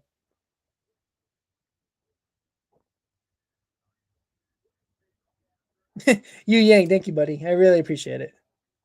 I don't care what the haters say. It don't matter. Look, they have you guys have the power, right? You could unsubscribe and not listen to not come on the streams or watch my videos, right? You don't. It's up to you guys. I'm not holding you. I'm not putting a lock and key on you guys. You guys have the option to listen and watch anybody you want, subscribe to anybody you want, unsubscribe to anybody you want. That's your choice. And I appreciate the fact that you choose here. Obviously, you're not choosing, you might not choose only one. You obviously go to other people. That's cool. I have nothing against that. But it's all good. Thank you so much, Yu Yang.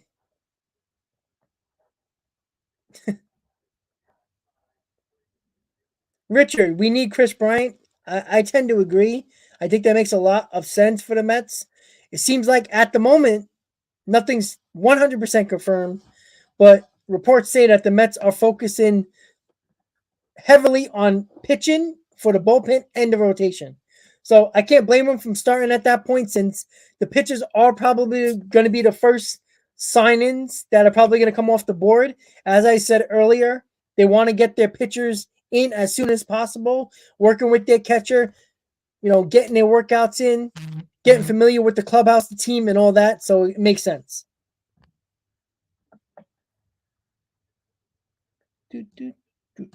Just trying to check, see if we got any news. It's just insane. Like,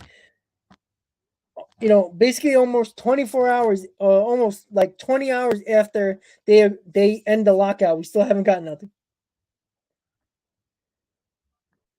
Oh boy. Excuse me, guys. Don't mind me.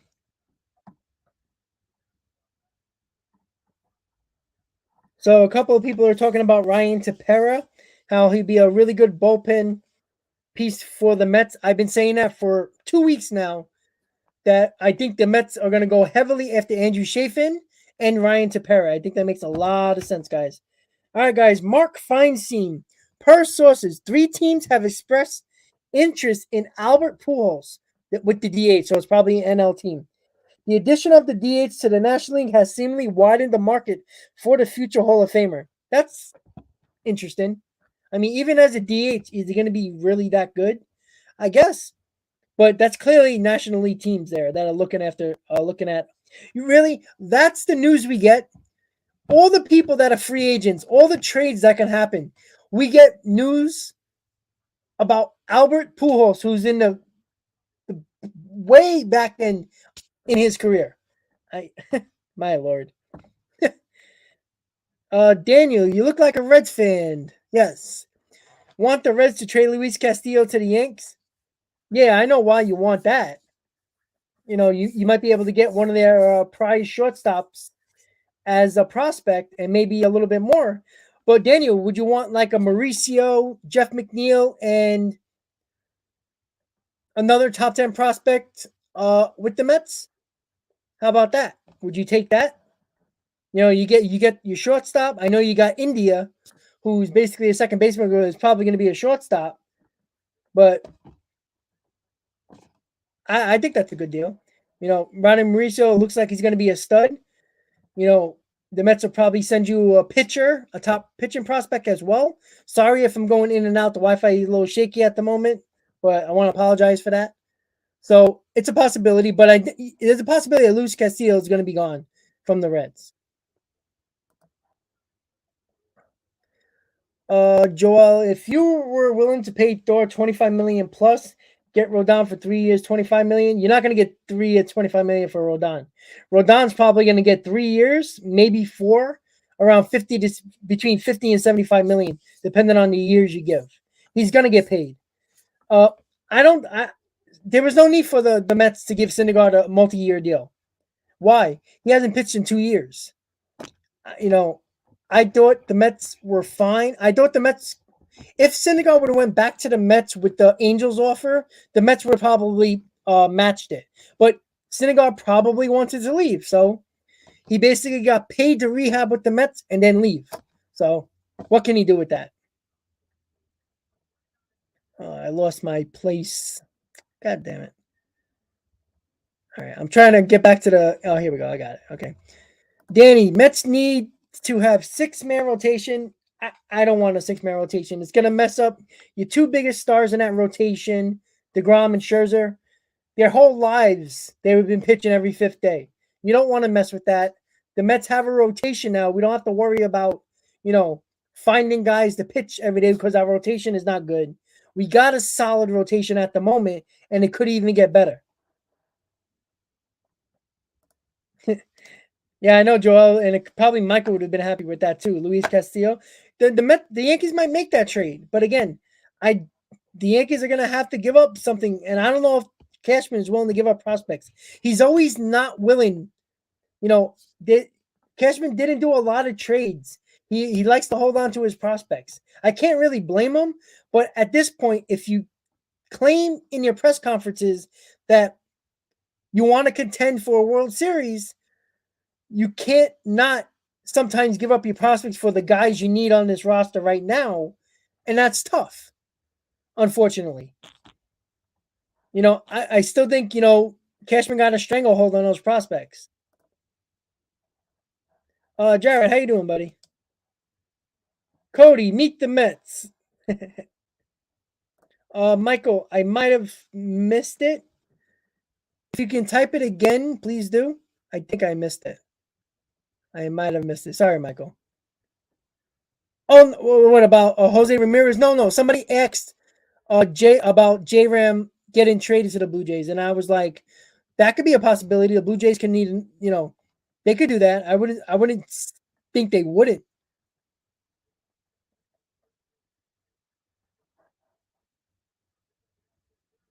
Vinicius, how you doing? Followed the MPB closely last season. As always, Suzuki has everything to be a blast on MLB. Yeah, like I said, it's a possibility, but there's still always an if for a guy. I know the MPB is a great league, but it's not Major League Baseball. And there's always an adjustment, and some guys may not adjust greatly to the situation. Not saying Suzuki's going to be a bust, but he might not be the superstar he was in Japan. He might be a very good player, which honestly, I would take that on the Mets. If he's a very good player for the Mets, it's a good investment. But to see him come in here and being a superstar like Ohtani or like Hideki Matsui, I'm a little iffy on that aspect. But can I see it happen? Yeah. I wouldn't be surprised if that happens because sometimes superstars are just superstars anywhere. But I'm always cautious with Japanese players coming to the States because you just never know. it was a no-brainer with Otani. It was mostly a no-brainer for Ichiro Suzuki. It was a no-brainer for Hideki Matsui. You know, some guys you just never know. Kevin, how you doing, buddy?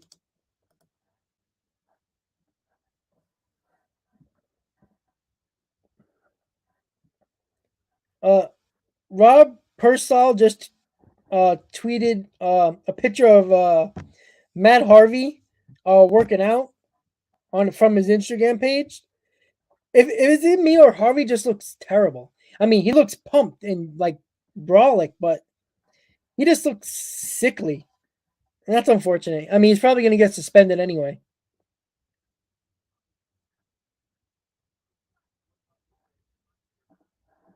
Michael, I think Cashman's going to do something. I don't know if it's going to be what you want, but I think he's going to try to do something. If Hal is really tightening the purse strings, you know, Cashman is limited at that point. He's probably going to have to make a trade.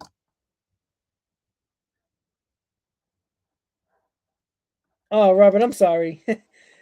You know, listen, we've all been in a spot where a team, well, most teams, most fan bases have been in a spot where there's really no optimism. Excuse me. Sorry about that, guys. Optimism or excitement for the season when you know your team's going to be terrible. It's unfortunate. I know that sucks. You know what? I wouldn't say I directly know how you feel, but I did have an owner who never wanted to spend in the big market, so I can relate a little bit. Victor, we haven't really heard anybody or any reports that anybody's talking to anybody. It seems like it's been very quiet or everybody's keeping it very quiet at the moment. But I mean, we heard little rumors here and there. The biggest rumor of note that Buster Only put out there was he spoke to a veteran free agent. It's not sorry, veteran agent, saying that he heard rumblings that 6 to 8 trades have been agreed upon, but we don't know if that's factual as of yet because we still haven't heard anything. So Mark Feinsand, unsurprisingly, one name generating a lot of interest in free agency is Carlos Rodon per sources. Arguably the best star available, not named Clayton Kershaw. Multiple teams in the mix for the lefty. So we got some Rodon news, not specifically for a team, but you can have an idea of the teams that are going to be in the running for him. It's teams that need pitching. So you can pick a team. There's probably about 10 of them that probably would like Rendon or Rodon, sorry.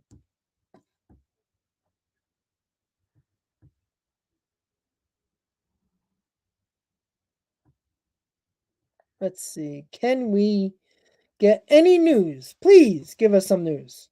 That would be nice at the moment.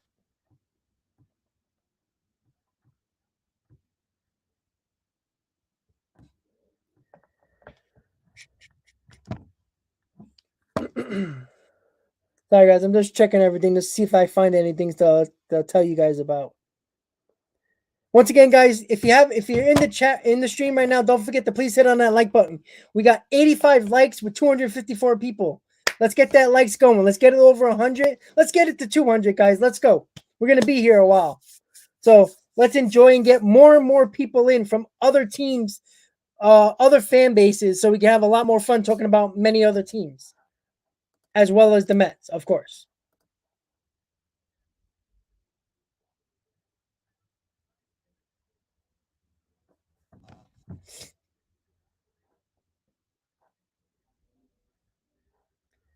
Let's see. La Potencia. Thank you, La Potencia. Trade for a pitcher. That's a possibility, obviously. But there's a lot of teams that can be trading for a pitcher. Yeah, yeah. You're welcome for Kalenic. You welcome. He's gonna be a stud, unfortunately. That would have been our center fielder. You're welcome. What a dumb trade by Brody Van Wagenen. Jesus. RLP. Kershaw to the Mets. I doubt it. I doubt the Mets go that route. I don't think they want to spend $25 plus million on an older guy with back problems. Kershaw can still be very good, but I don't think the Mets want to go that route. I'd rather take the risk of a Rodon. Bowman, y'all really think 3 years, 25 million is good to know? No. Yeah, exactly. I agree, Bowman. There's no way. 3 years, 25 million. I can see that with like Kikuchi. That's very low. Well, Joel Castellanos is a free agent, so you don't need to trade for him. McNeil and Dom for Montas. That's their ace. That's not going to do it. Billy Bean is going to want obviously Dom and McNeil are controllable players, but he'll probably. I think you could do it with McNeil and Mauricio. If you would do that, I'd do that.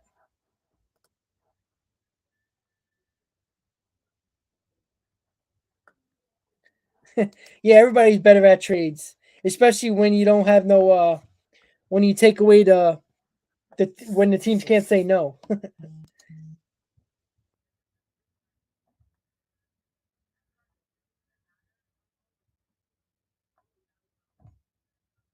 Already. La Potencia Yamamoto seemed like a cool dude. Yeah, he is. He was actually very nice. I did meet him last year in spring training. He was signing autographs by the right field wall at in Port St. Lucie, and like I set what up, and he was nice and he was cool. And like a like a Zen type of guy. Like I'm always good. I'm always thinking positive. Not the Strowman thinking positive. Like actually thinking positive by actually showing positivity, not condescending people and treating people like crap and talk about positivity. Yamamoto does seem like that, like a good guy. 25 mil per year for Rodon. I don't think that much, but I think he'll be approaching 20, maybe 19, maybe. I don't think 25. I think that's a little much, especially for a guy who's been injury prone. Just me, only two very, very low profile back end of the rotation, possible depth piece pitches signed. Nothing as of yet, still. Don McNeil and to the McNeil to the A's from Montas. I don't think Billy Bean would do that. Honestly, I don't think he would. Yes, they're both controllable players, but Billy Bean's a guy that likes to get prospects in deals. So Dom and McNeil make more. Both of them make more than Montas, I believe. So I don't. The A's are going to be adding payroll, and Billy Bean doesn't want to do that. Billy Bean likes his prospects.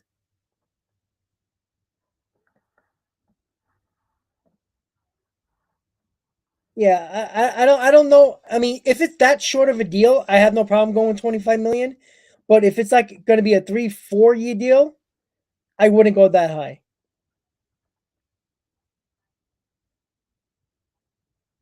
Conforto to the Marlins. I can actually see that. Smith, I don't think anybody talked about that, and I didn't even think about that. Um, yeah, Bryant would be a little bit less than than Freeman. Freeman is looking around what 6 years, 170 to 180. Bryant, I don't think he's going to approach one. He's going to get more than 150 over 5 or 6 years. So the Braves will be, what they offered Freeman in the beginning was what 5 years, 140. I think you can get Kris Bryant with that. So that's a possibility. Bryant can easily play first base without a problem. I mean, offensively, you're going to lose a lot because Freeman is a better offensive hitter than Bryant, but that would not be a bad alternative. Conforto to the Rockies. I don't see that. That would be interesting, though. Bryant is better than Hoskins. That's true. McGill for Reese Hoskins. Reese Hoskins. I don't know. I don't like giving up McGill. I think he's going to be if he's not going to be our fifth starter, he's probably going to go to the bullpen as like a long man or a guy who comes in when a starter is struggling early on. All I see the Yankees doing, if they do anything, is trade for Matt Olson. I think that's a last resort, honestly, Michael. Rich Boy, I just subscribed. Thank you so much. I really appreciate it. Hopefully, you keep on coming back and hanging out with us during spring training and during the year. I know a lot of you guys that are watching right now are not Met fans. Most of you are, but just to tell you a little bit about the channel before while we wait for any news that's actually relevant. What I do during the season, and I will do it during spring training as well. I go live during games, which you probably seen other baseball content creators go live during games and just have a Q&A, answer questions during the live stream, talk about the game. At the moment, I do that also, but what I'm gonna do, and I'm gonna do my very very best on, do pre and post game analysis for those games, probably more pre-game than post-game, since when the games are over, I'm probably going to be at work. So you'll probably get a post-game reaction while I'm driving to work or while I'm at work. But I'm going to do my best to bring that content to you guys. But one thing that is unique to the channel that nobody else on YouTube does for any team, anybody, when I go to a game, either at home or on the road, I go live during the fifth inning and do a live stream at the game. So you'll get their extra questions, talk about the game, and you also get to hear the sounds of the game and the crowd and all that stuff. I thought that was really cool. I did that about 4 or 5 times last year, and it seemed like a lot of people liked it. So that's going to be another thing that nobody else does that I'm going to continue to do this year. So hopefully you guys, even if you're not Met fans, excuse me, it's always interesting to be at an environment or be live streamed during a game. It's very interesting. A lot of people liked it when I asked them about it, so I'm gonna do it again this year. Joel, that's a big possibility. So we're coming up on 4 o'clock, guys, with barely any big news, except a little bit of rumblings here and there. Only big news or a big tweet that we heard from Buster Only. According to a veteran agent, he's heard 6 to 8 teams already agreed to trades. I'm not sure if that's true or not, but that's what Buster only says. We all know Buster Only of ESPN. If that's true, that was almost 2 hours, about almost an hour ago. So we still haven't heard nothing about any of that. So if that's true, we don't know about that yet. But it would be nice if it's true because that would be a lot of news very quickly. Joe, how you doing? I think in the end the Braves will re-sign Freeman and Soler as the DH if their pitching is set with Soroka coming back. Well, let's hope Soroka can stay healthy. That Achilles man was just twice. With Acuna returning, but Acuna is not going to be returning until what, June maybe, July at best. So that's a blow. But we seen what the Braves did in the second half. So that's like basically a deadline deal trade when you get Acuna back. I still think the Braves are so stupid if they don't re-sign Freddie Freeman. I mean, he's basically the heart of that team. When Acuna went down, nobody in their right mind thought the Braves even had a shot at either making the playoffs and definitely not winning the World Series. And guess what? They did. Yes, they basically traded for a whole new outfield, but they made it happen. And Freeman was a big piece to that puzzle. And to lose that leadership is going to be very hard. That's why I think the Braves somehow are just going to still try to sign Freeman. Michael, we'll see. Cashman's always sneaky sometimes. He might make a move that surprises a lot of people. Juan Correa, Yankee. I doubt that, buddy. Victor, I think I go for KB. I agree. Not look. You know, every pitcher goes through a dead arm period. It just happened to be Scherzer got that dead arm in the postseason. That's unfortunate. You know, DeGrom had a dead arm at one point 2 years ago. Syndergaard, same thing. Every pitcher goes through it. Wheeler did. So every pitcher goes through that. But there's no mistaking that Scherzer is still one of the best pitchers in the game.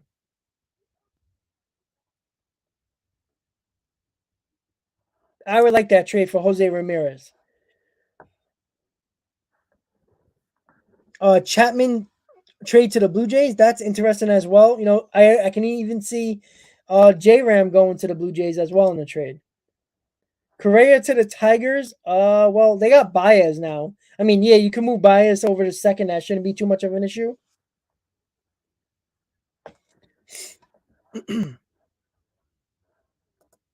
The Cubs are the favorite according to a lot of people. Yeah, we've seen that already, Michael. So, which is not surprising.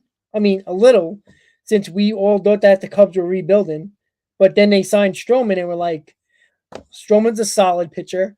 You know, what are they doing? But yeah, I tend to agree. Well, I wouldn't say how overpaid our middle infield is. I mean, yes, Lindor was overpaid, but the Mets couldn't make that trade and not sign Lindor. It would have been a stupid trade then. So, you know, Lindor had all the leverage. Clearly, he's never going to live up to that contract. I mean, to live up to that contract, he's got to bat 300, hit 40 home runs, and hit 110 RBIs every year, which ain't happening, you know. But I think Lindor is going to be a very good player, but not live up to that hype. Absolutely not. The middle infield, I mean, what are you talking about? Escobar? I mean, we basically paid chump change for him. And Escobar is a very solid player. And I said this in my other stream yesterday, Gavin, that from with all the sign-ins, position player wise, the Mets made, Kana, Marte, and Escobar, I like the Escobar move more than any move that the Mets made so far.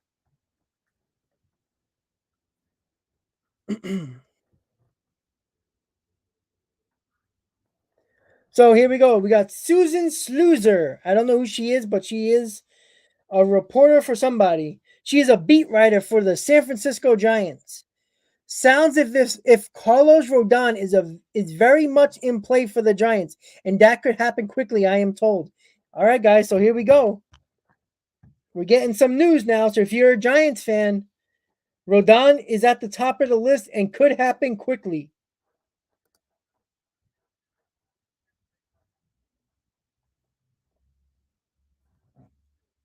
Rosario could stay in Atlanta as well. I could see Rosario, Soler, and Freeman coming back.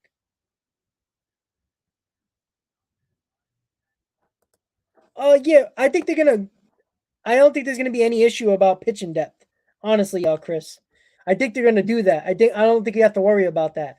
But you know, looking at this lineup, it's a good lineup, but they need that one more big bat, and I think the lineup's gonna be really okay this year. You know, do I would I trust this lineup as is?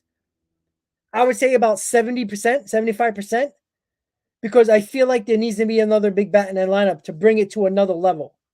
I don't think this team is a 6 run a game team. You know, I don't think they can average 4 runs a game at this point. I don't believe that. You know, another big bat, now we're talking. But I think they're going to prioritize pitching depth no matter what, but they need an extra bat. And at this point, we're looking like there's a possibility that the San Francisco Giants are the favorite to sign Rodon at the moment. And what I want to do is whatever news that comes in, it's probably going to come in quickly. So I'm going to type it as fast as possible and put it on the screen. So everybody has an idea of what news is out there right now.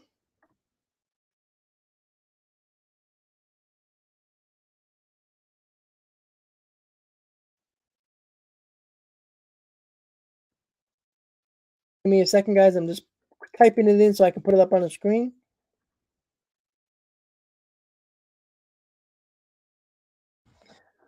All right, so it's going to go up there. So that's the first news of a player actually having some. There's a little bit of actual something going on right now, which is nice. So, as you see on your screen right now, guys, San Francisco Giants heavily involved in Carlos Rodon could happen quickly per source that we just saw on Twitter, that we just got on Twitter about 5 minutes ago. Conforto, I can see going to the Rockies. So, John Heyman, what did he tweet?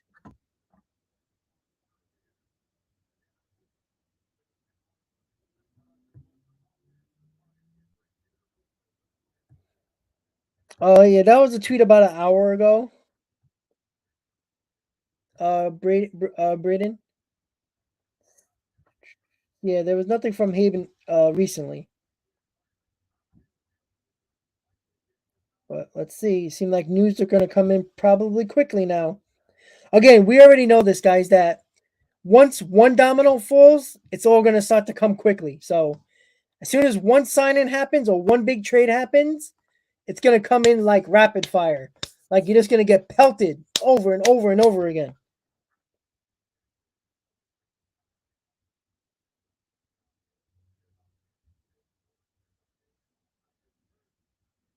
Alrighty, so nothing yet, guys. Besides that, so on your screen, the Giants are one of the teams or the team that is heavily involved in Carlos Rodon. Obviously, they lost Gaussman, so they need a replacement at the top of their rotation. Rodon makes sense, and per source, it can happen quickly. So we'll wait and see what goes on. Jersey Nines, how you doing?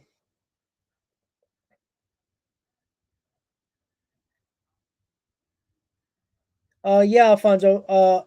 Mania to the Yanks does make sense. I don't think the Yankees would just make a trade for a pitcher. I think they would want a nice pick package with Mania and Olsen. Obviously, you're gonna have to give up a decent amount, probably a Peraza, probably a Gill, and probably obviously Voit will probably be in that deal, and probably another lower level prospect.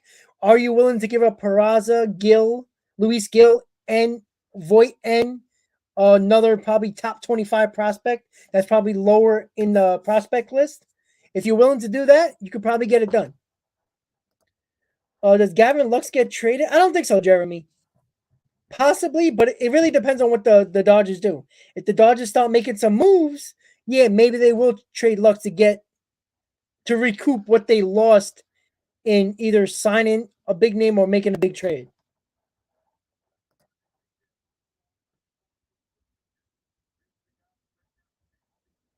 Victor, I agree. I really think the owners did piss off Cohen, and I think Cohen's gonna actually go past the fourth tier of the luxury tax just to piss off everybody.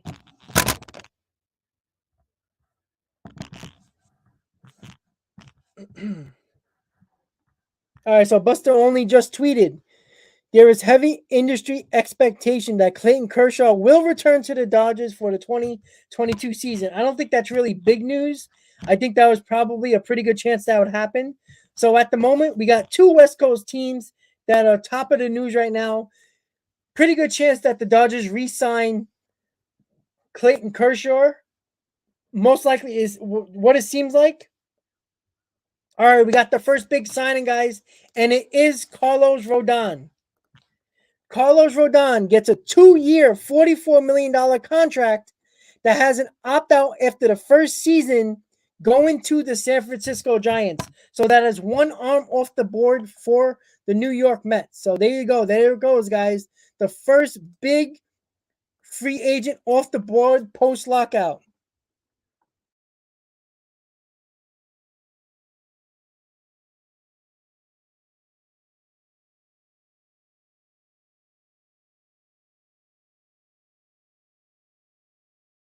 Just going to type it, guys, so it goes on the screen.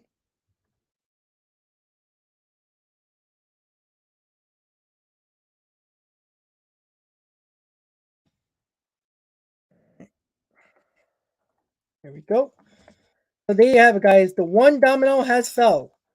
One arm that we thought the Mets could get is there, guys. So there you go, guys. There it goes. Carlos Rodon is a San Francisco Giant for at least 1 year. So that happened rather quickly, and let's give props to Susan Slusser, who is a beat reporter for the San Francisco Giants, who had it first that Rodon is very much in play for the Giants and could happen quickly. And Jeff Passan tweeted that Rodon and the Giants agreed to a 2-year, $44 million deal with an opt-out after the first year. So probably if Rodon pitches well, he'll opt out, and then he's a free agent again. So $22 million per year for 2 years. Again, we did say that the only way he would probably get over 20 million if he takes a short-term deal, and he did with the Giants. So that's one arm off the board. Clayton Kershaw, Yusei Kikuchi are the main guys that are still available for the Mets at the moment. Kikuchi is probably still the favorite for the Mets at the moment. Maybe the Mets weren't necessarily happy paying Rodon more than $20 million a year. That was their choice. That happens, but that's okay. But once again, guys, Rodon signs with the San Francisco Giants for 2 years, $44 million.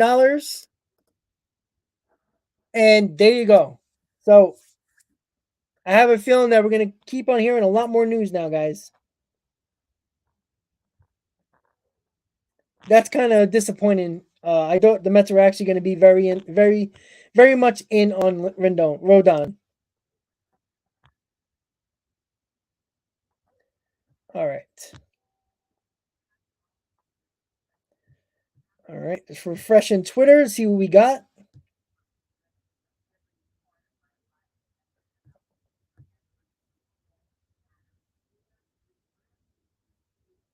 So a little bit's going on right now. A little bit of info that it seems like the Mets are going to pivot towards Yusei Kikuchi as a top priority and looking to trade for Sean Manaea of the Oakland A's. So there you go, right there, guys.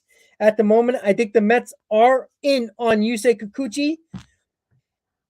At least we got one team out of the Kikuchi sweepstakes. I don't know how much Yusei can get, but a lot of Met fans wanted Rodon. That was probably the census that most people wanted Rodon over anybody else in the free agent market. Uh, Again, it's not both Manaea and Kikuchi. It's either or. Yes, S. O'Rourke, I tend to agree. I would trade for Manaea and spend on that big bat. And Joey Lucchesi is still rehabbing from Tommy John. Probably won't see him until the second half of the year.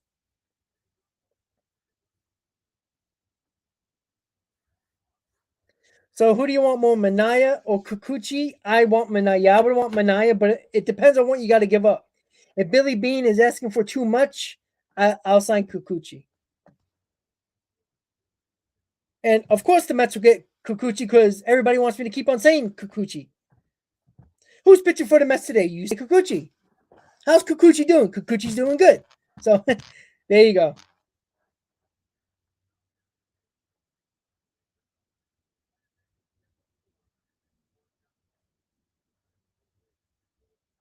Well, Maddox, we'll see. We will see. I have a feeling, guys, we're going to get the reports coming in now that we're getting free agent signings now and possible trades. I don't think they're throwing Chapman just for that.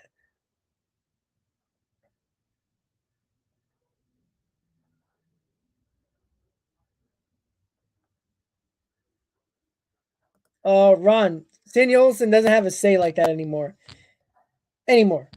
We got to remember last year, Cohen. I think the only way he got the votes to become the owner a few years ago was he promised the first full year of him being an owner not to go crazy spending wise, and that was probably the only way he got the votes. Epler is the man. Epler wants a deal. Sandy Olson is the president of baseball operations. Just the president. He's not even the president of baseball operations. He's just the president. He's dealing with the offices. He's not dealing with directly player personnel. So don't worry about that, Ron. And if that's the case, why did Epler sign Scherzer? Sandy Alderson would have never done that. Sandy Alderson could have been drunk on his ass. He would have never done that.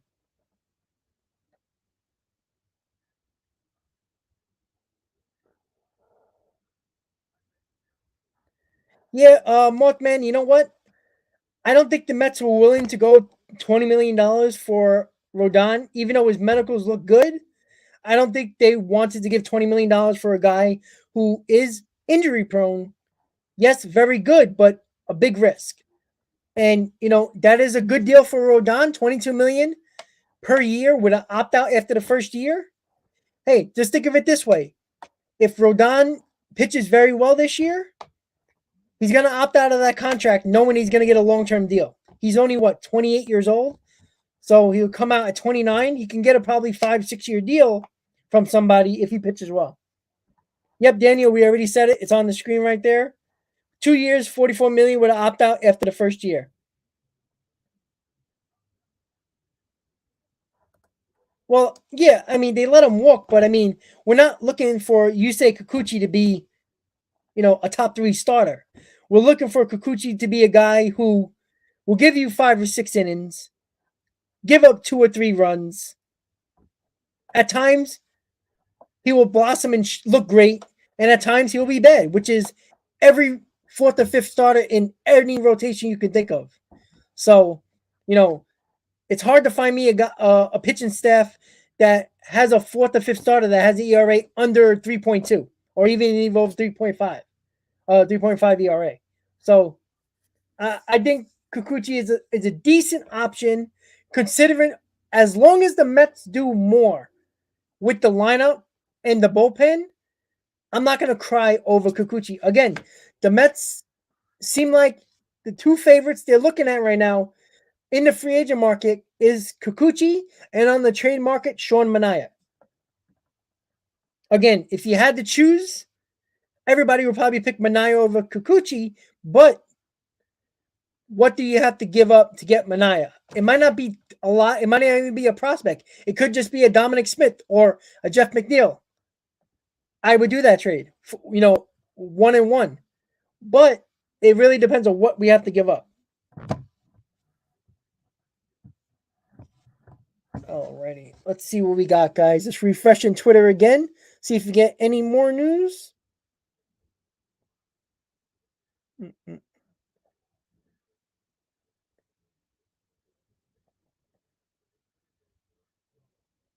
lot of people are praising the Giants for that signing by Rodon. It's not a bad signing at all.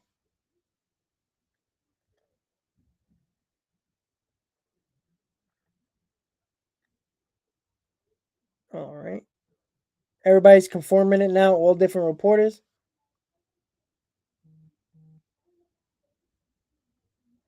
All right. Yep, that's it at the moment, guys. So it's the same thing we were doing during the lockout, refreshing Twitter to get the latest news. So that's what we're going to be doing again. As soon as I get the news or any information you guys get, you want to bring it up before I do, you're welcome to. It's an open forum. So Rodon is off the board for the New York Mets, going to the Giants, guys. Blake, rumors have it that the Cubs could be the favorite for Correa, but that hasn't really been confirmed around the board with reporters. It was just one report. I'm a little shocked by that because I still think the Cubs are in rebuild mode. But if they think they can get Correa, why wouldn't you? A lot of potential. Eppley is a great GM. He's aggressive. I wouldn't call him great GM. I do think he's learning from his mistakes with the Angels, specifically with the pitching staff. He had no problem building a lineup, but when it came to a pitching staff, it was terrible. And I think he's learning from his mistakes. Cameron, not any rumors yet on Seattle. There was a little bit about Kris Bryant to Seattle, but it seems like there's about 2 or 3 teams in on Kris Bryant. I think the Seattle Mariners are, but I think the heavy favorite is the Philadelphia Phillies for Bryant. But Seattle, I see in on Bryant. Anybody else at the moment, I don't see as of yet.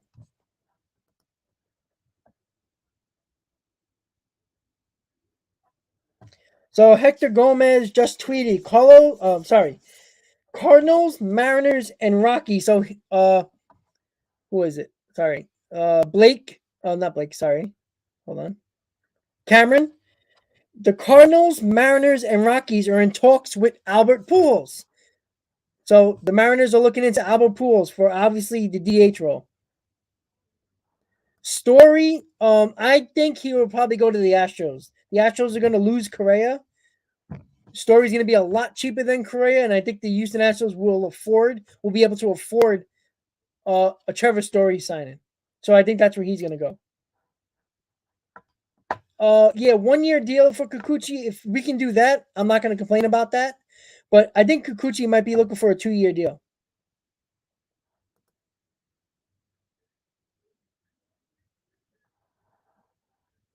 Yeah, I mean, I see why the Mets went the route they did, but just because they got on base percentage guys, OBP guys, there's a lot of uh, interchangeable parts with those players that we got. Marte got the speed; he can bat 300. A very good center fielder. You know, technically a high on base percentage guy, somewhat. Escobar is one of those guys with some power. Kana is a contact guy, not a big power guy. But I think those were all solid moves. I don't see them as a Sandy Alderson move because there was no way Sandy Alderson would have signed Marte. I just truly believe that. And he damn sure would have signed Scherzer. So we're getting a little news coming in, guys. So that's a good sign already. Like I said, 3, 4 o'clock seemed like the time that everything was going to start a little bit.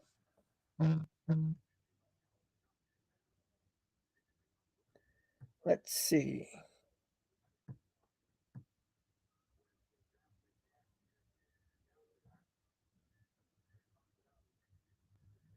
If you see a tweet, guys, from MLB Insider, he is a guy that kind of is wrong almost every time. So be careful. He's saying that Freeman signs with the Dodgers. I doubt that that's going to happen right away.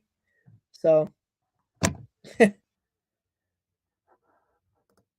but anything else? Nope. Same thing with Rodon.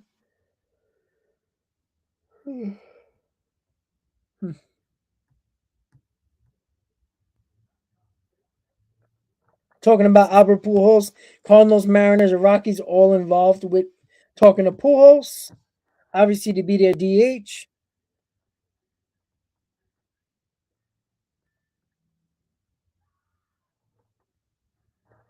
Bryce with Sonny Gray. I don't see any New York team, obviously. He couldn't pitch with the Yankees. The spotlight was too big for him. It didn't seem like it worked out in New York, so I'm going to take away the Mets on that part. But I can see him going to either the Mariners, the Phillies, doing a trade. Possibly, I would think maybe the Tigers. The Tigers need some pitching. Yeah, MTA, that's not going to happen. The Nationals ain't trading Soto just yet. He got a couple more years left on his deal. Merlinful, you might be right. You might be right. Maybe the Mets are looking pitching wise in a trade market and still signing the big bat. Either way, I think the Mets are going to get either a big arm in a trade or a big bat in a trade and sign a free agent, which what they didn't get in a trade or a free agent signing. So it's either going to be a big trade for a bat or a big trade for an arm, or a big bat for a free agent, or a big arm for a free agent, and then whichever one they do, they're going to do the opposite for the other thing. So we'll see. Yeah, well, Max, that's a good deal for Rodon. $22 million for 2 years with an opt out after the first. That's a pretty good deal. He has a really good year. He can opt out and make a hell of a lot more money with a lot more years.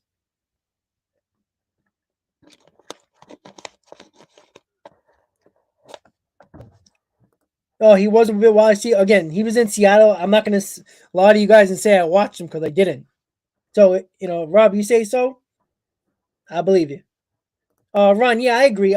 Look, we all want difference makers, right? That's the whole idea. Make the team better, not make the team, status quo or put them on the same line. We want them to, move the needle a little bit. I get that.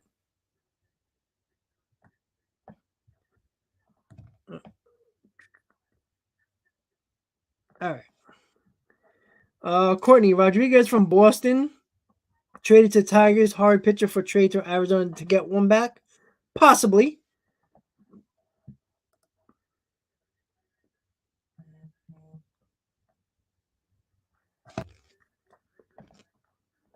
But yes, Nick, I 100% agree that the Mets need arms no matter what. So if it's not Kikuchi, I don't know where they go at that point. It's clearly got to be a trade. So we'll just have to wait and see, right? That's why we're here.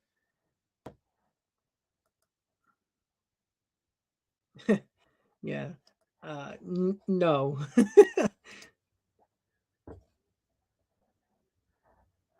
Maybe. We'll see.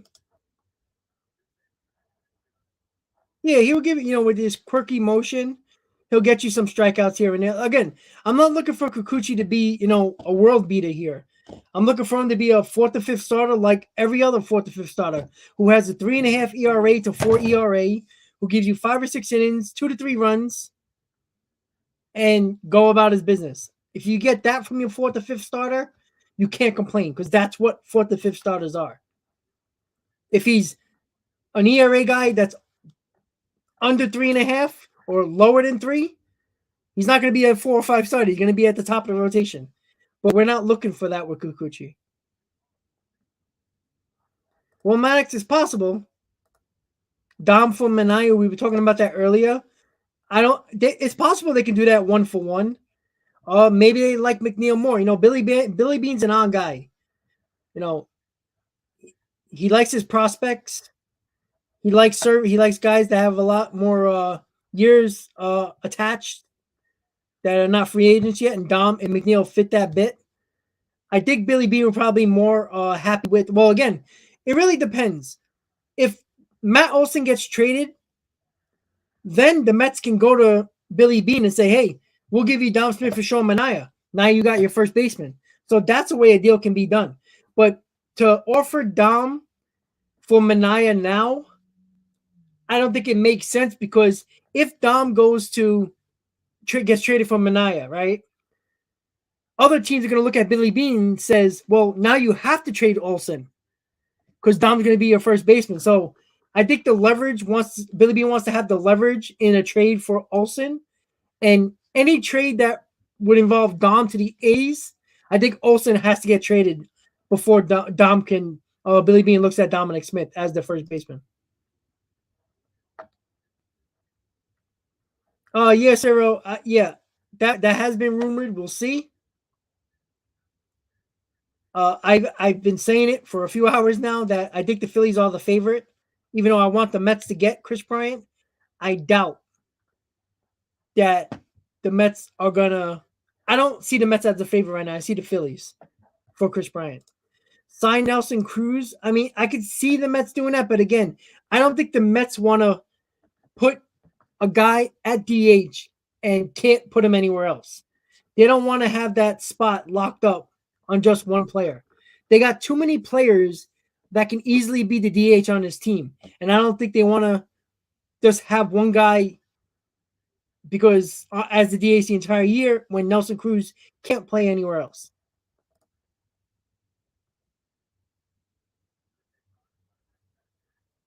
Yeah, I would like that. A few months ago, I was all on board for Luis Castillo, and then all of a sudden rumors came out that the Mets were interested in Rodon. That's cool. But Luis Castillo, he had a terrible first half last year, but his second, everybody looked at his stats last year and says, wow, he wasn't that good at all. But if you look at his second half, he had a 2.5 ERA in the second half. The reason why his ERA ended up being a 3 and I think about 3.5 or something like that, 3.5 ERA, was because he had over a 4 ERA in the first half, but he pitched excellent in the second half. Well, Maddox, I think the Mets are just worried about themselves. I think if the Mets do what they got to do, it doesn't matter what other teams do. Yep, Rodon to the Giants. And yes, I saw Joe Buck is going to ESPN. So congratulations, Met fans or most baseball fans who can't stand Joe Buck calling games. Especially Met fans. We always felt like Joe Buck was against the Mets every time. So we won't have to have Joe Buck. It looks like Kevin Burkhardt is going to be the lead man for Fox on NFL and Major League Baseball. So I think that's going to happen. And if you're a Met fan, you know Kevin Burkhardt really well. He was one of the guys on SNY and made it big to the big time on Fox. So let's hope Kevin Burkhardt is the guy. I think the Mets will try that. I think the Mets will try to raise the price up for the Phillies, and that's about it. Astros, I don't know. I don't think he already turned down what a $300 million deal, or at least it was that. I think it was. I don't know how much it was the Astros offered him, but he declined it. I honestly think the Astros are going to get Story. I think Correa is either going to go to the Cubs. Seems like the favorite at the moment. So, I don't know. I don't think the GM's falling asleep at the desk. I have a feeling they're working on trades right now. Honestly,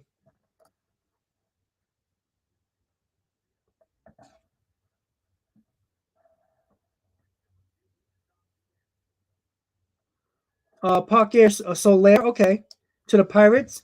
I mean, I don't know how much they're going to help the Pirates. I mean, they're still a terrible team, but why not? I would like to see teams spend a little bit of money. Well, I mean, it's not Sandy. It's all about Epler now, Billy Epler, who's the GM. I don't think the Mets were comfortable giving $20+ million to a guy who's been injury prone his whole career. Uh, I think that's a fair analysis. I think that's fair.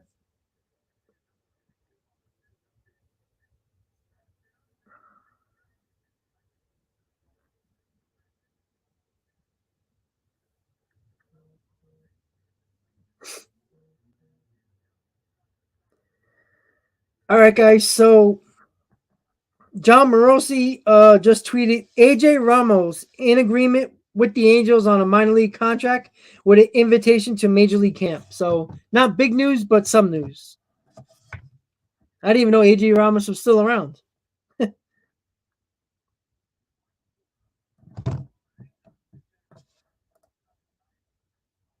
Oh, hot dog, there goes your Angels rumor. You just signed AJ Ramos to a minor league deal.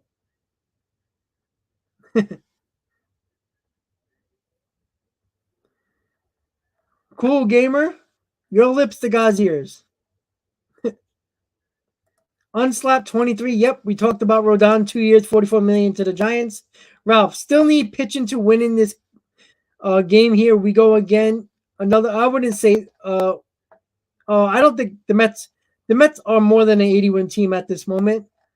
Uh, Again, I don't think the Mets were comfortable giving $20 million plus to Carlos Rodon. I don't see. I blame them. I think I was saying I wouldn't go more than $18 million on Rodon. I think that's a little much that the Giants paid for him, but they overpaid a little bit more to get the guy they wanted. So, and clearly the Mets didn't want to go that far. Who knows if the Mets were even in on Rodon? Maybe they decided to go a different route. Maybe they're in on a trade for a Manaya or Castillo, or they will sign Kikuchi. We'll see.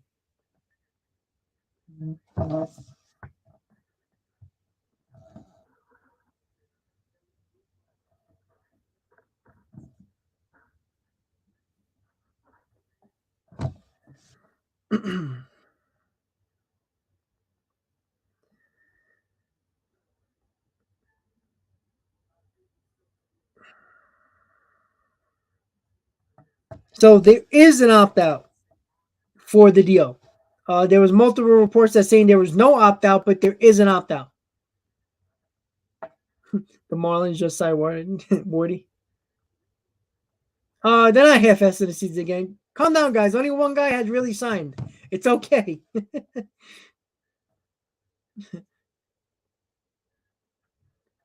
Joseph, I'm not surprised. Remember, you didn't hear nothing when they signed Marte, Escobar, Okana. There was no news at all. And all of a sudden, popped up that the Mets did something. So, again, we all have to get used to the fact that it's not the Wilpon Mets who leaked out every possible leak there possibly was within the organization about trades and free agents. Cohen's ownership with this organization is very tight knit. There's not much information getting leaked out. So don't take that for thinking that it's bad. Doesn't mean they're not doing anything or talking to anybody. Daryl, I don't see Freeman going to the Jays. I think the Yankees or back to the Braves or possibly the Dodgers.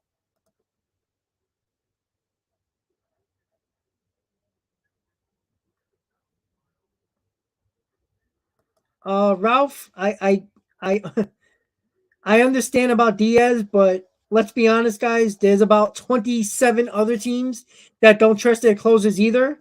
I'd rather have a guy who has a great arm, who does have great stuff. If he finally finds it, he could be dominant. I'd rather have a guy like that. I know Diaz ain't it makes us nervous, but you know what? Even Familia had 50 plus saves in 2015. So, if Familia can do that, I could see Diaz being dominant at that something like that when Familia was actually good. So, again, would you rather have a guy with more question marks than Edwin Diaz? At the moment, Diaz is your best option. So we just have to deal with it, just like many other teams have to deal with it. There's no team in the NL East that actually has a really good closer. So they have the same problems as us right now.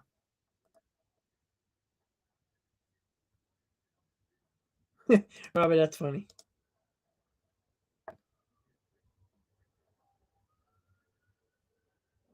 Mothman, don't worry. Don't worry.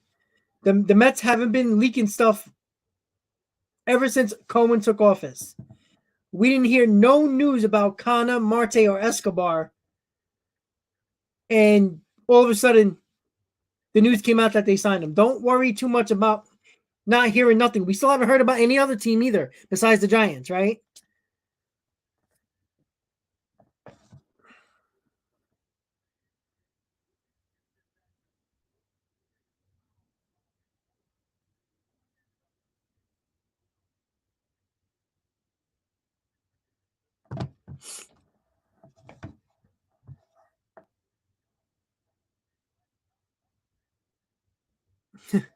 You're funny one, Max. Puck, yeah, I think Kikuchi will start in Colorado. Possibility. I'm not saying he's going to be good, that's for sure.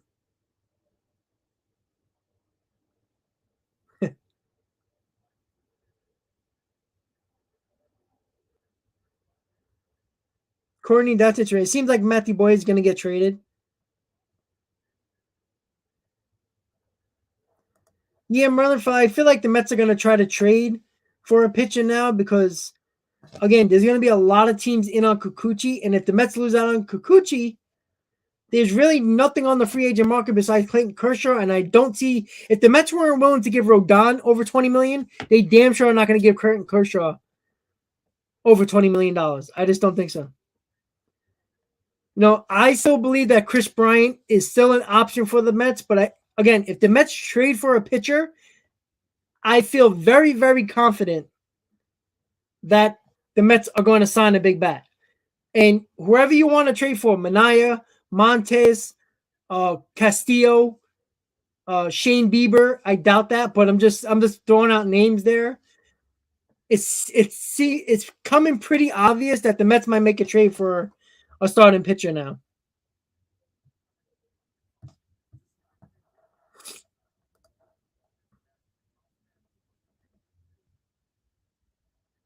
Yep, Astro, we got it right up on that screen, buddy. Day five, I wouldn't be surprised. That makes sense, right?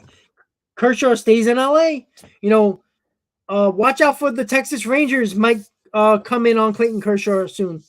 They've been spending a hell of a lot of money with with Simeon and Seager. So watch out, Clayton Kershaw with the Rangers as well. I wouldn't say that, Merlin Full. I think we need a solid number three, and I think Castillo will be perfect for that, and even Mania for that matter. Yeah, Tyler. I see you're happy. You know what's funny, Tyler? I remember you in the last stream about your Giants, so you got to be happy about that. You know, you lost Gaussman, and now you got Rodon. That's a nice pickup for you guys.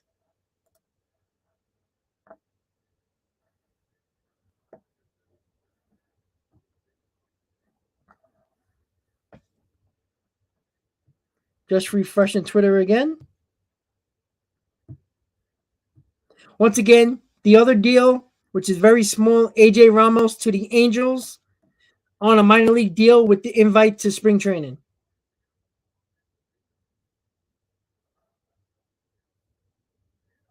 Ben, yeah, we've been talking about the Jays a lot in this stream. They look like a team that ready to pounce either on a big bat or trade for a starting pitcher. Cool game. I agree with you, man. 100%. Mothman, don't worry, man. It's gonna be okay. The Mets are gonna do something. Don't worry. They ain't gonna no bargain shopping. Don't worry. Yeah, I don't want KB to go to Philly too, but again, we'll see what the Mets are gonna do.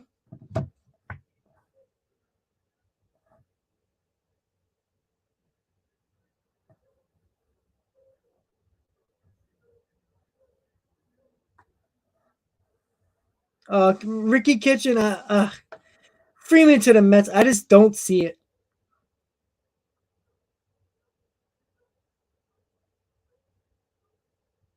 Scooby, I don't. I want them to get Chris Bryant. I don't think they're going to.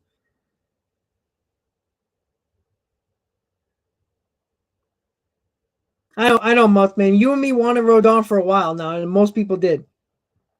So we shall see. Refreshing Twitter again.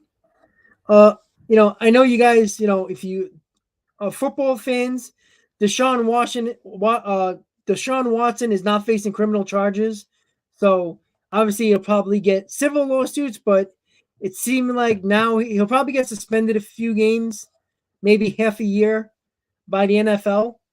But now he's probably going to get traded somewhere. So just a little tidbit that I just saw pass on Twitter.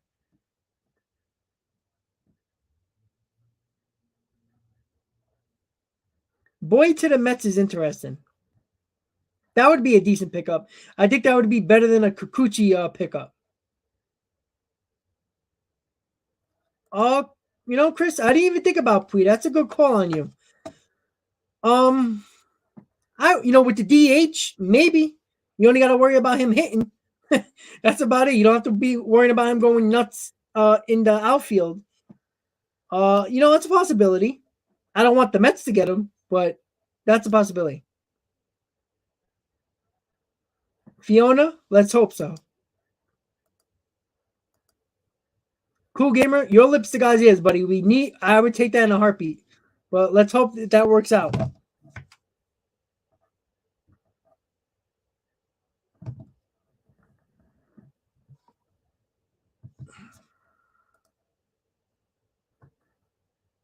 Oh, Rock, I agree. I think people are down on Kikuchi. I don't think he's great. Yeah, and yeah, he had a bad first half, and I get that. I'm not expecting him to be Kershaw, but listen, give me 5 or 6 solid innings, 2 or 3 runs. I'll be happy with that. Especially as a fourth or fifth starter, with the Mets are looking at him at. Andrew, yeah, they're playing dirty, that's for sure. Another thing with the Giants signing Rodon, with that opt out after the first year, it's very interesting because Nobody expected the Giants to be as good as they were last year. If the Giants come back to earth and they're not as good as they thought they were going to be, and they're not a team that's contending for a playoff spot, they might trade Rodon. That might be a sign in where, great, if we're good, we got a good pitcher in Rodon. If Rodon's pitching well and we're not in the hunt, now we have a trade chip. So that's a good job by the Giants.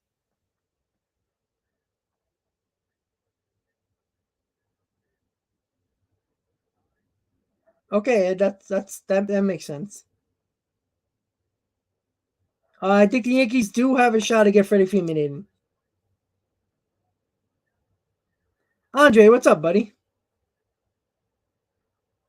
Yeah, blind. I'd love that, but the Reds, no way the Reds do that. No way. Conforto's just around waiting for somebody to sign him. And it probably won't be the Mets.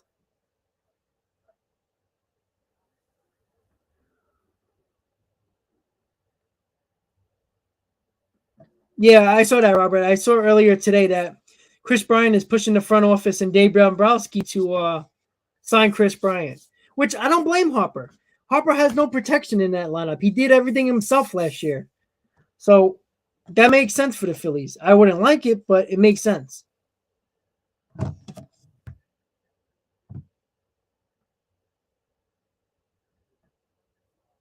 right, guys. So we got some interesting news coming from Matthew Brownstein and another source, Buster Only. Buster Only said on the Michael Kay show that the Mets are focused in on the bullpen. Names that were thrown out there: Andrew Chafin, as we know, and some people are going to be happy with this one, Josh Hader. So here we go, guys.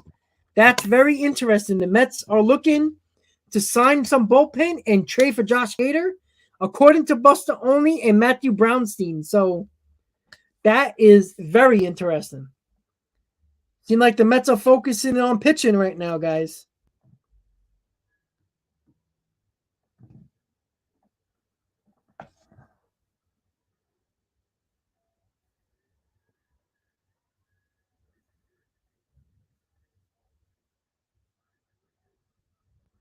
I'm curious to know, what would the Mets have to give up for Josh Hader?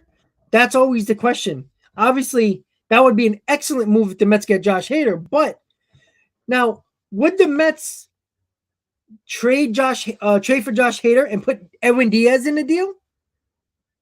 Because Josh Hader is going to be the closer. Edwin Diaz can't pitch the seventh and eighth inning. He's not that type of pitcher.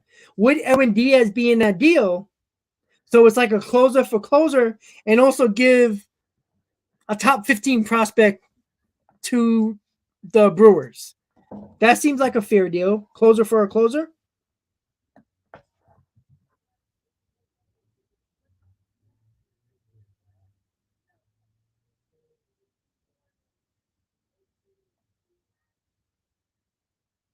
Sorry, guys. I'm just getting questions about the whole information that Buster Only just said. I'm just texting some people.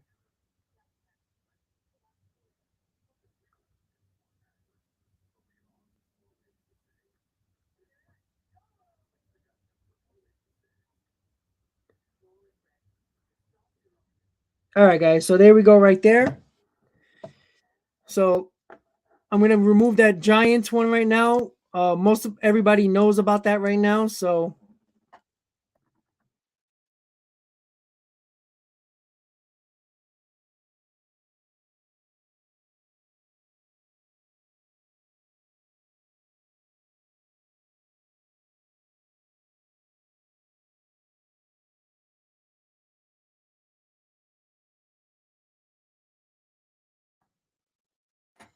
all right. So I'm just going to put that up there now about what we heard about Buster Only saying about the Mets. According to Buster Only and Michael Brownstein, Mets looking at bullpen, Andrew Chafin and Josh Hader. And John Morosi just tweeted the Braves, for all you Braves fans that are in this stream right now. Listen up. Braves have been in touch with Oakland about Matt Olson, a native, Atlanta native. In the event that Freddie Freeman signs elsewhere, many in the industry expect Freeman to sign before Carlos Correa among the top free agents. So, for you Braves fans in the stream right now, the Braves are in touch with the Oakland A's for Matt Olson. And they're just keeping that on the side just in case they lose out on Freddie Freeman. So that's pretty obvious. We figured that the Braves would pivot to Olson if they happen to lose Freeman. So news is coming in somewhat quickly, guys.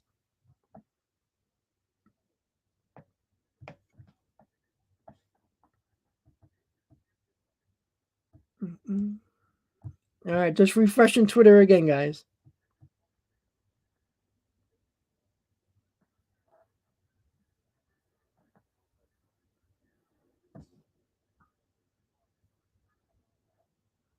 MS7 right-handed bat Giants, maybe. Yeah, Philly does. Even though they got Bryant, they still need help in that rotation. They need a lot of help in that bullpen. So I don't think. I mean, that's a lot of money if they get Kris Bryant. Are they going to spend more money to get another rotation arm or trade for a rotation arm and some extra bullpen help as well?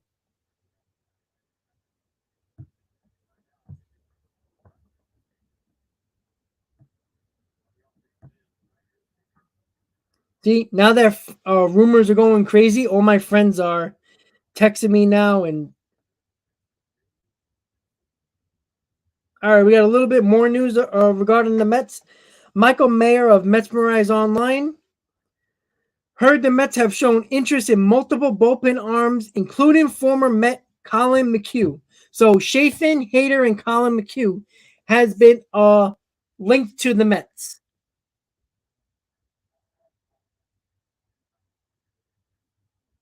Oh, O'Rourke, 100%. I think the A's have a couple of trades in place once teams either get the guy they wanted to sign or not. They probably have multiple deals ready. Absolutely. Yeah, Andre, exactly. The Mets are probably going to go to trade route pitching wise, and it seems like that's what they're doing with bullpen and probably starting pitching as well.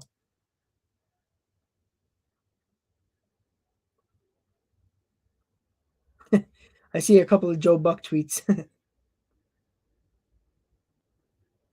Castellanos to Philly, possibly, but I think it's more Kris Bryant to Philly, in my opinion. Mark, I don't. Again, I agree with that. I thought the Cubs were rebuilding, but then they spent $75 million on Stroman, and reports saying that they could be the favor for Correa. So I don't know what the Cubs are doing, honestly.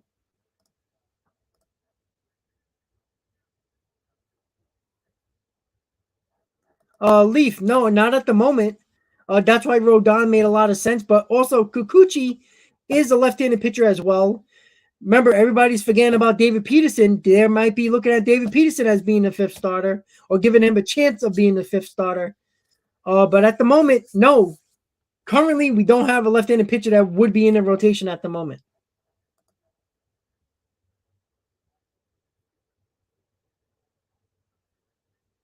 Yeah, Frank, exactly. Trades take a while. According to Buster Only, about an hour and a half ago, he said, according to a veteran agent, that the Mets, that about the agent is hearing about 6 to 8 trades that are already agreed upon from teams. So again, I don't know if they're waiting for approvals from the MLB offices but teams are waiting to see what teams are going to do that they have trades with free agency.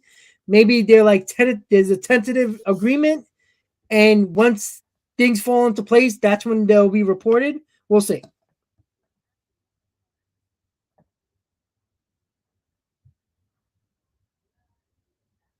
All right, here. Once again, guys, another confirmation about what I just wrote. Pat Ragazzo, Sports Illustrated. 3 names the Mets are eyeing in bullpen: Josh Hader, Andrew Chafin, and Colin McHugh. Reported by Mike Mayer of Metsmerize Online and Buster Only of ESPN. So 3 reporters just confirmed exactly that. So they seem like when there's smoke, there's fire, guys. The Mets are eyeing Hader, Chafin, and Colin McHugh. Obviously, the Mets would have to trade for Josh Hader, and with Chafin and McHugh, they can sign those guys because they're free agents. So there's some Mets news going on. I will have no problem with Andrew Chafin and the Mets traded for Hader. I'd be very happy with that, guys. That will definitely solidify the bullpen.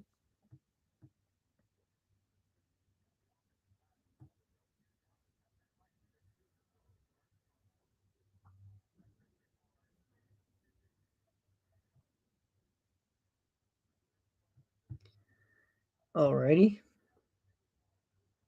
A lot of people are talking about Chafin and Hader. That would be an unreal deal if the Mets can get both of those guys.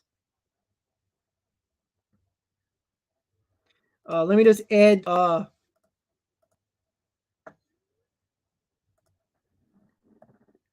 Colin Q and Josh Hader. So I want to add the extra name. All right, so there we go, right there, guys. We just confirmed it from 3 different reports. Only Mike Mayer and Pat Ragazzo that the Mets are eyeing 3 bullpen arms. Josh Hader obviously would have to be a trade. Colin McHugh and Andrew Chafin, which those 2 are free agents, so the Mets could actually get those with no problem. And there is another deal, but it is TV related. MLB is finalizing its streaming deal with Peacock to show 18 exclusive games, 6 of which will start at 11:30 a.m., with the other 12 expected to start at noon. Okay. Like anybody cares about that at the moment. So now you have to subscribe to Apple TV and Peacock because you can guarantee the Mets and the Yankees are going to be part of those games that are going to be played on those damn streams.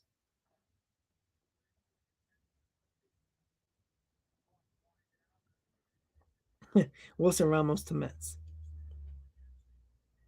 Oh, Lawrence, about Kevin Burkhardt, he was basically the second pair on Fox with NFL and Fox with baseball games.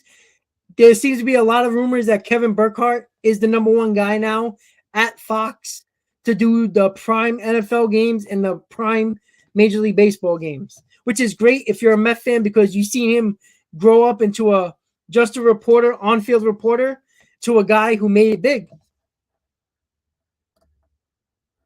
Gabs, I don't see that. I don't think they're going to spend that much money, buddy.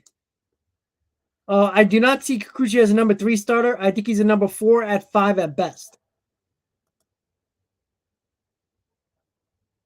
Oh yeah, cool. It's not a terrible deal. If you got something out of him, you get something out of him. If you don't, you release him.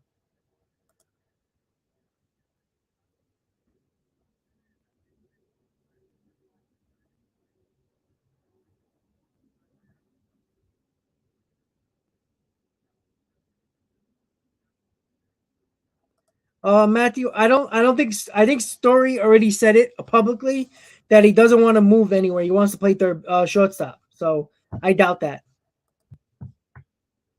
Husky, yeah. Unfortunately, he signed with the Giants for 2 years, $44 million with a 1-year opt-out.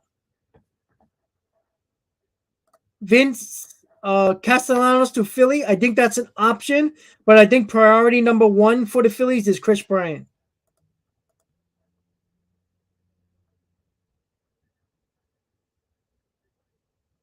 Yeah, Mothman, I agree. I thought he was worth the risk, but I feel like the Mets didn't want to go above 20 million. Again, you'll probably get more news about teams, what they offered him. We'll see.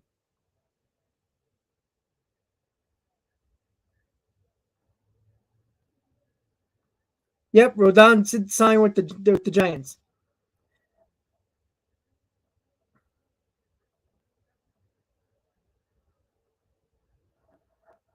No, a Hater is 100 times better than Diaz.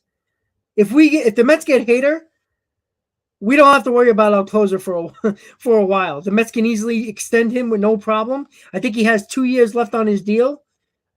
After this year, you can extend him.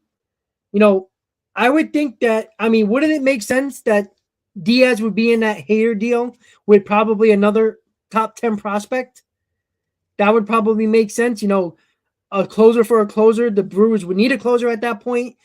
Diaz is under control and has a live arm. Not great, but again, it's a closer and probably a top 10 prospect. That would make sense. Because I can't see the Mets trading for Josh Hader and still keeping Diaz. That wouldn't make sense. Diaz can't pitch in the 7th or 8th inning. He's proven time and time again. All he can do, and not very well, is pitch in the 9th inning. Leaf 100%. Aiden, I do think the Yankees will sign Freddie Freeman. I think there's a pretty good shot at that. Husky, there's not a lot of big names. Kershaw, Kikuchi. Let me give you the list of the starting pitching free agents.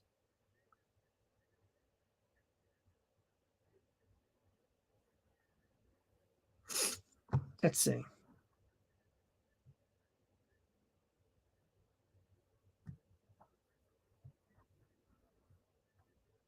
Let's see. Clayton Kershaw, Danny Duffy, Willie Peralta, Kikuchi, Tyler Anderson, Michael Pineda, Chris Ellis, Zach Greinke, Kwang Young Kim, Johnny Cueto, Aaron Sanchez, Julius Shashin, Irvin Santana, Drew Smiley, Garrett Richards, Wade LeBlanc, Felix Hernandez, Cole Hamels, Chris Archer, Brett Anderson, Julio Teheran, Tommy Malone, Tommy Elsman, Tanner Roark, Mike Scott Kazmir, Vince Velasquez, Jose Urena, Trevor Cahill, Chase Hernandez, Michael Fultonevich. That might be interesting. Mike Fultonevich might be a low-key sign-in. He's only 30 years old. He's been injured the last couple of years, but that might be a flyer to take. Chichi Gonzalez, Matt Harvey, Matt Moore, Zach Davies, Carlos Martinez, J.A. Happ, Matt Shoemaker, and Jake Arrieta. So that's it. There's not a lot of big names.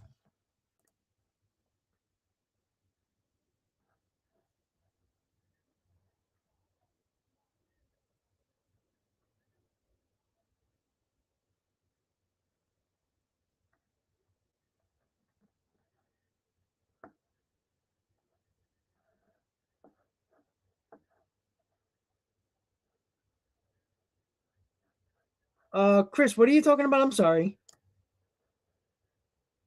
Please change your sign to sign, please. Where? I don't think I have that anywhere. Kimbrel 2 Mets, David, I don't think so. Seems like the Mets are in on Josh Hader. Yeah, Bryce, I just talked about that a few minutes ago. I thought that was newsworthy. You know, there's teams that are going to go after him now without the criminal charges. Oh yeah, of course. Any team player that signs is going to need a physical. Dinger dudes, do you think the Jays could get Bryant? I don't know. I don't technically think so. Honestly, I could see them probably trading for like a Jose Ramirez, but not Kris Bryant. Rene, yeah, most of us were shocked, but I felt like the Mets didn't want to go over $20 million for Rodon. Kris, yes, Andrew Chafin. They're looking at Josh Hader, Colin McHugh. So the Mets are clearly looking at bullpen arms right now.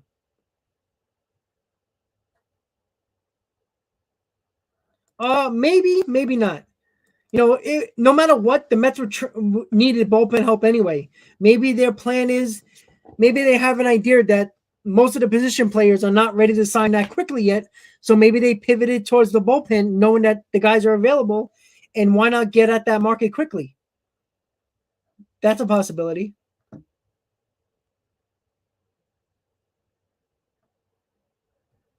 Kris, I agree with that.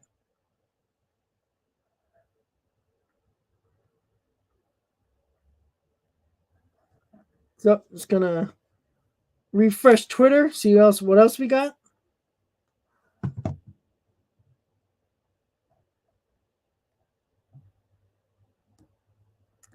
What do we have, guys? Let's see what we have.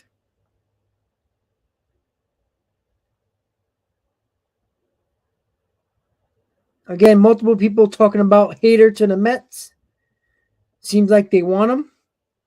If the Mets can get Hader and Chafin, that is a great piece of them bullpen that's going to help us, guys.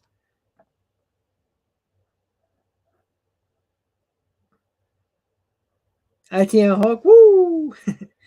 Arizona and Miami showing heavy interest in Conforto. Well, that kind of makes sense. Kyle, I don't think if they lose Freeman, I think they're going to be in trouble with the East.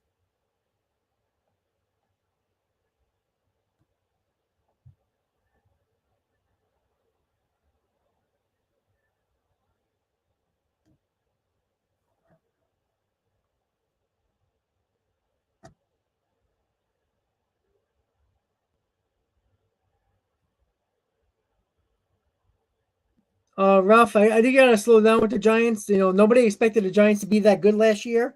They were. They shocked a lot of people. Can they repeat it? It's possible, but I don't know about 100 wins again. I don't think so, JD. You know, it's early on. I mean, only Rodon has signed. You know, a lot of people are acting like the Mets lost out on Bryant and Castellanos and most of the big name free agents. Only Rodon has signed. You know, maybe the Mets probably felt like they weren't comfortable spending $20 million on a guy that's been injury prone for many years now and didn't feel like they would want to spend $20 million on a guy or $22 million on a guy who's going to be their third starter in a rotation.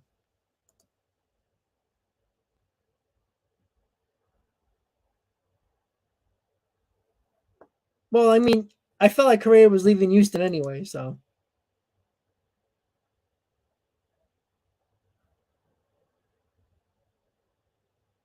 The Angels with Anthony Rizzo. That's a possibility. I still think the Angels are going to make another big move. That would be a solid move for the Angels with Rizzo. Dinger wants Bryant. That makes sense.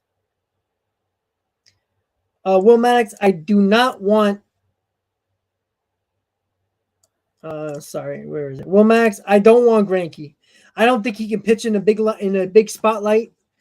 I don't count LA as a big market spotlight type of people. They're too low key. He would get eaten alive in New York, just like Sonny Gray did. I don't want him.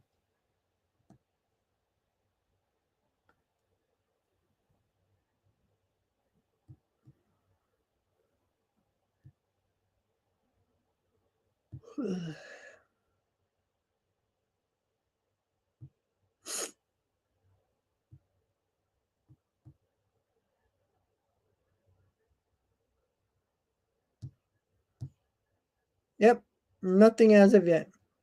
But at least we know we got some movement, guys, with free agency. That's a start.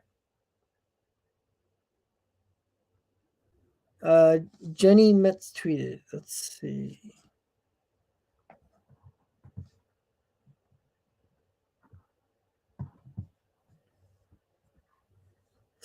Yeah, we already talked about that, MB, about Hader, Chafin, and McHugh, as the Mets are looking at strong pieces for the bullpen.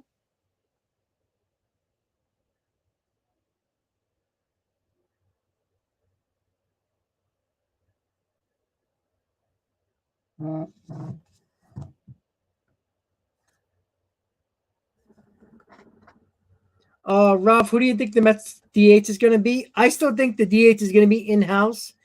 I still prefer JD Davis as the DH. I think he's going to be he's still a very good bat. People forget what he did in 19. Because he was hurt last year, he had a hard time offensively with that wrist. I think healthy, he can put up really good numbers for us and be the everyday DH. Some people probably won't like that, but I feel that.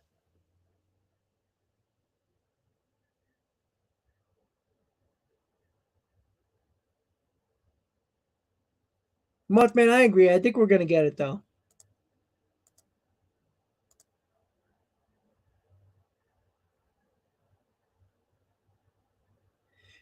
Yeah, killer. Unfortunately, Rodon went to the Giants.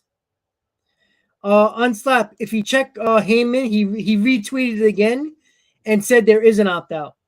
At first, he tweeted there's no opt out, and then he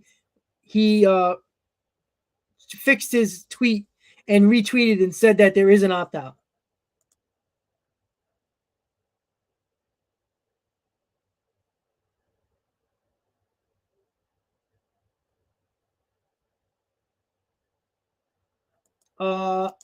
Stoney, I tend to think probably.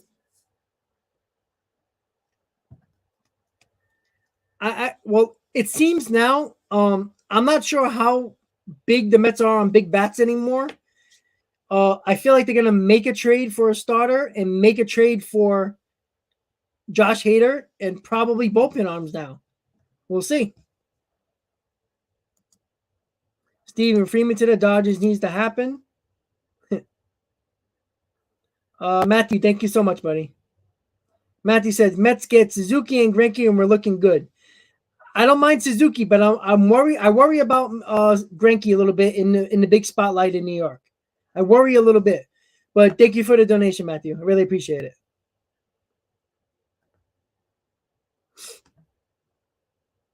Dylan, I don't know what the Padres are going to do, honestly. I'm not really sure. I think they probably can use a little help, maybe another arm. You know, a lot of them guys were injured, so you know, I know, I forgot his name, but he is coming back from injury, who he didn't have last year, which is going to help. I could see them getting another bat. Somebody talked about the Padres as a mystery team for Freddie Freeman, and then the Padres will trade Hosmer, and there you go. You got your first baseman, and you'll probably get something back for Hosmer.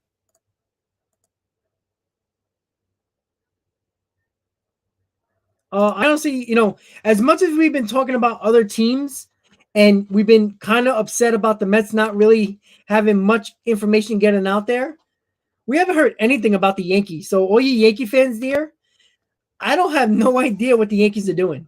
I honestly have no idea.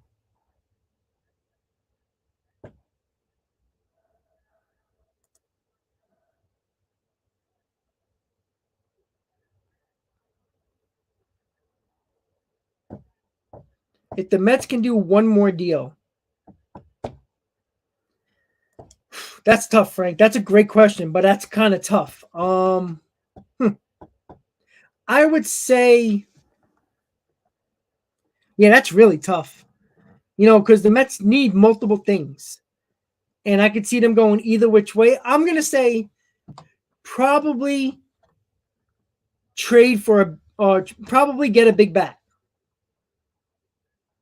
That's what I think. I think the rotation is good enough where I would be I wouldn't be extremely happy about it, but I would be pretty okay with it. If you look at this lineup, we don't have a lot of power, and I think the Mets are missing one big bat, and it makes sense for the Mets to. So I would say a big bat. So I like I said, Kris Bryant, maybe trade for Chapman or J-Ram, maybe sign Nick Castellanos, but a big bat that can help Pete Alonso with some power in that lineup. But that's a great question, Frank. Matthew, yeah, probably. But you know what? If you dangle, now remember, if the Brewers are willing to trade Hader, they need a closer. You can offer Diaz not just a 1-1 trade, but Diaz and a prospect. And maybe if you want to throw in McNeil or Dominic Smith with a top 10, top 15 prospect, probably top 10, with either Dominic Smith or McNeil and Edwin Diaz, I think that's a pretty good deal. The Brewers get an everyday player in McNeil or Dominic Smith. They also get their replace Hader with a closer in Diaz, and they also get a top 10 prospect. I think that's a pretty fair deal for a reliever, for a closer for that matter.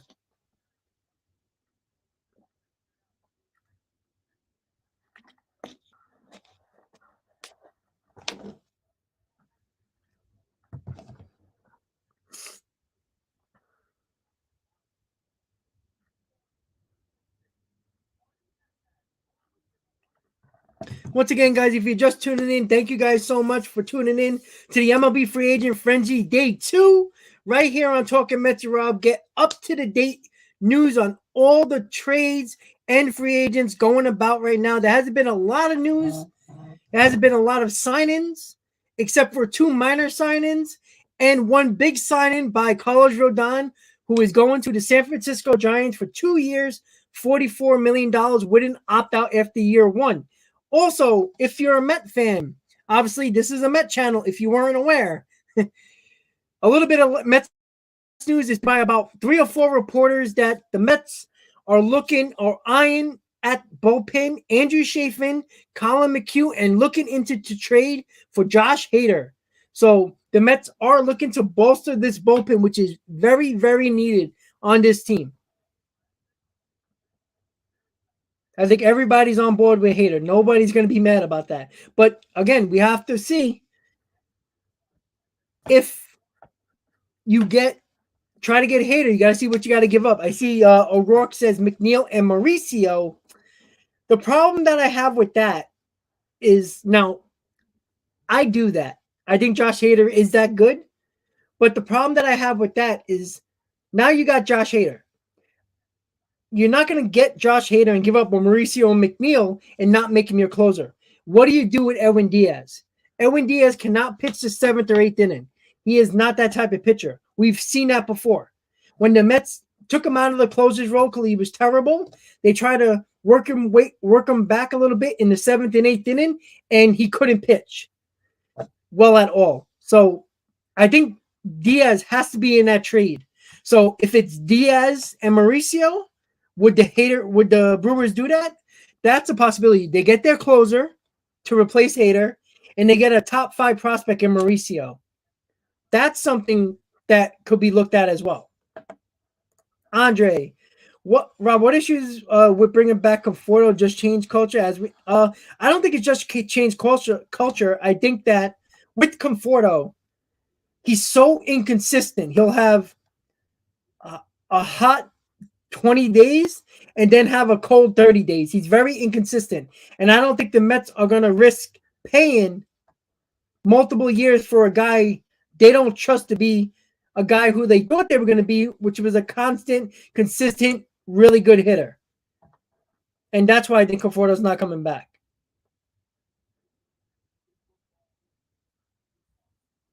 Hater.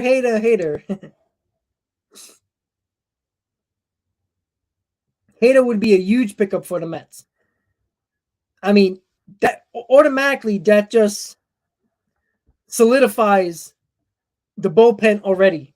And then you can work around getting Chafin or McHugh. And, we already got Seth Lugo. We already got Trevor May. Not a lot of people talking about Sean Reed Foley, who was very good until he got hurt last year. There's also Drew Smith, who was hurt last year, who's a very good reliever as well. So we got arms. Getting a couple more with Josh Hader, that's a nice bullpen, guys. 100%.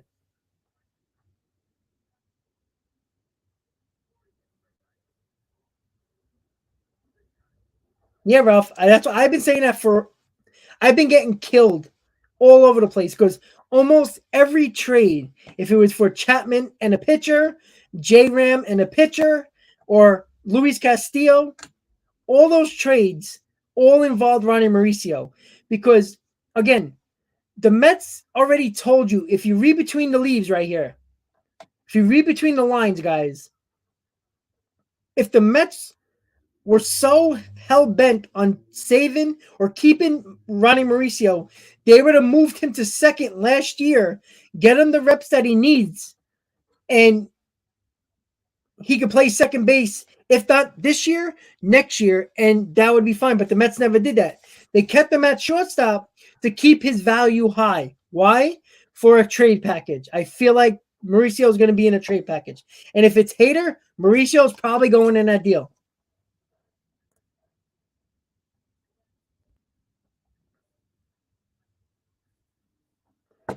Mauricio and Ramirez is not terrible, but that's a lot. But the Brewers might want that. Ramirez is a promising outfielder. Got 5 tools. That's not a bad deal right there.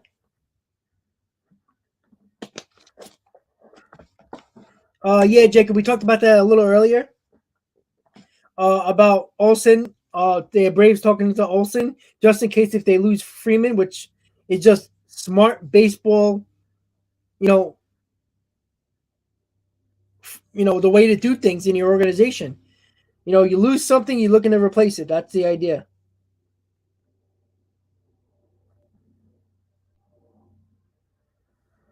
I don't know if anybody cares, but this is interesting. With the Dodgers, Trevor Bauer is expected to be placed on administrative leave for a week as MLB investigates, considers possible suspension. Bauer doesn't believe his cases warrant a ban since a judge who heard the case threw it out. MLB can and has issued suspensions for non-criminal offenses. So there you go, guys. When it comes to Trevor Bauer.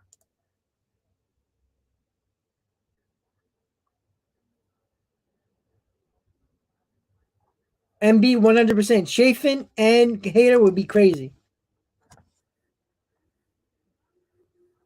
Kevin Kiermaier to the Astros. That to trade? Okay.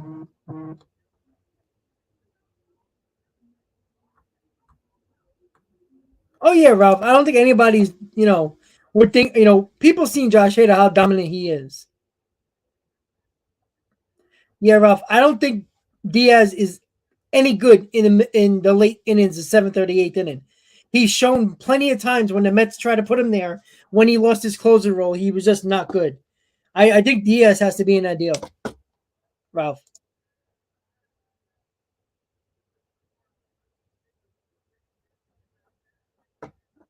RLP, I don't think I saw that, but you could be right. Let me see.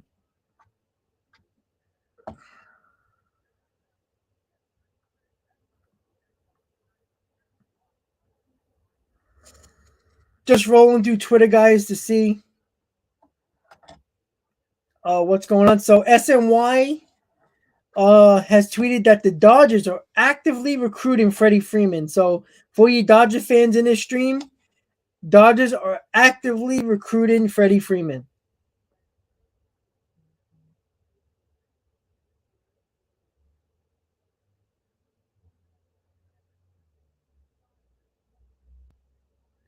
Let's see. Yep. So that's about it at the moment. Still only one big signing. Rodon to the Giants for 2 years, $44 million, with an opt out after year one.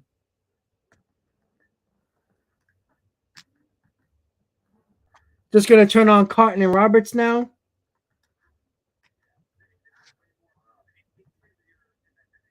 All right. Christian, I agree. I think Diaz will be a part of that package. It solves both issues. The Mets need a better closer than Diaz. Hader is the guy. The Brewers wouldn't have a closer if they trade Josh Hader, so Diaz makes sense. Diaz would have to be in that deal along with probably a top 5 prospect, probably a Mauricio, most likely.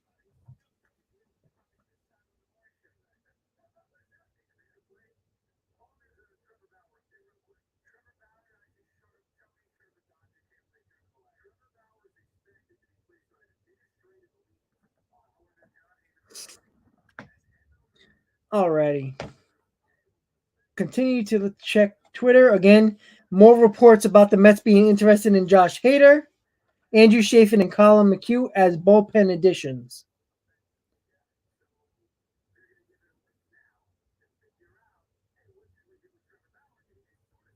Yep, that is it at the moment, guys.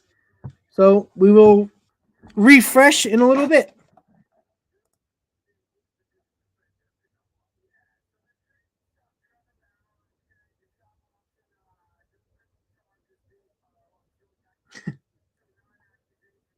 Yeah, the blind beat, absolutely. I think the Mets need 2 big arms in that bullpen.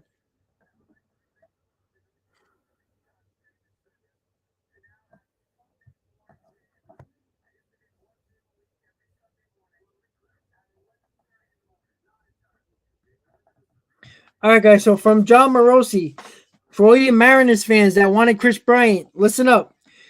Kris Bryant to Seattle chatter resumed in the baseball industry today. Jerry Dipoto told reporters earlier that he's looking to add an impact bat who fits at third base, left field, and/or DH, which Bryant fits perfectly, making any nominations, Mariner fans. So there you go.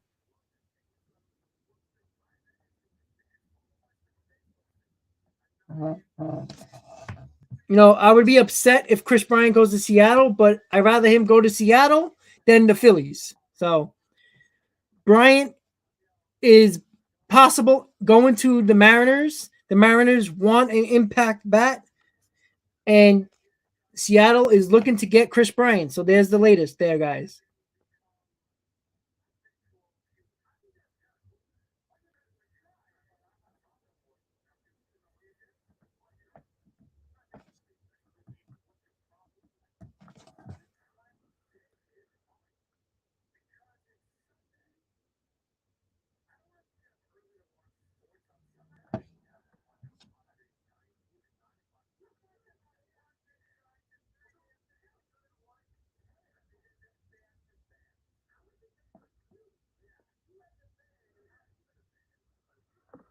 Guys, I don't know what people are talking about with Freddie Freeman. It's probably a wrong account because I'm checking Freddie Freeman's account and he has nothing that says he's going back to the Braves. So you might have got an account that's not Freddie Freeman.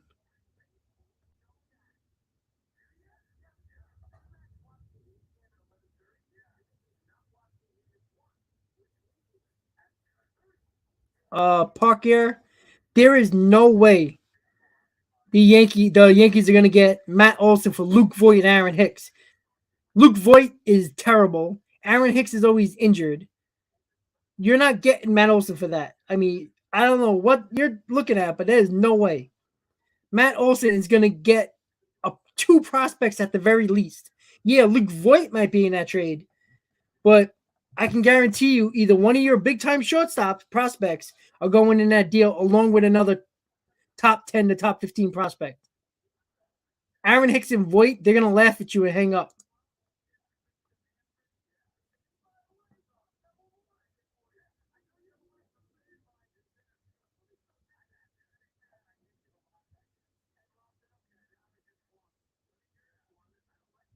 Yeah, Marcus, I think Story is an option for the Astros, especially if Correa is gone.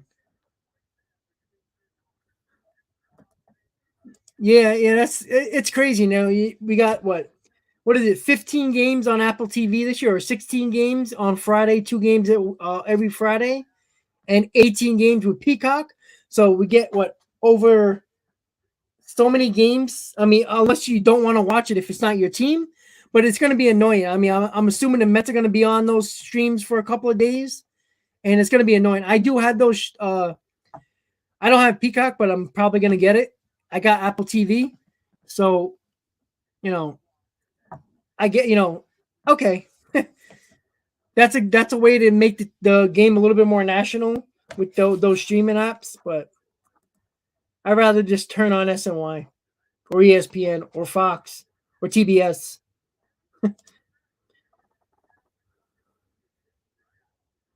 Yeah, Hater and Chafin, I want both of those, MB.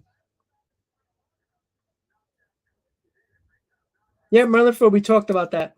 It's on the screen right now, buddy.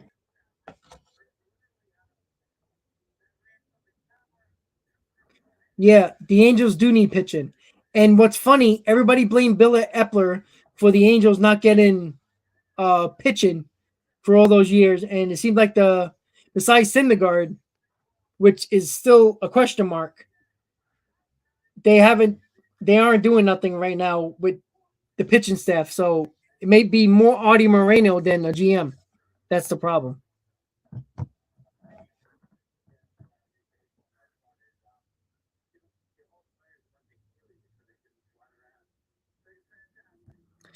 All right, guys, I'm refreshing Twitter again.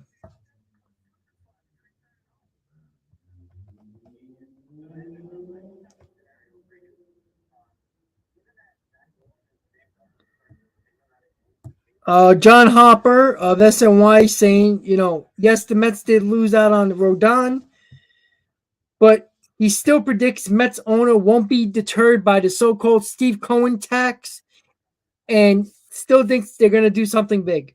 I tend to agree.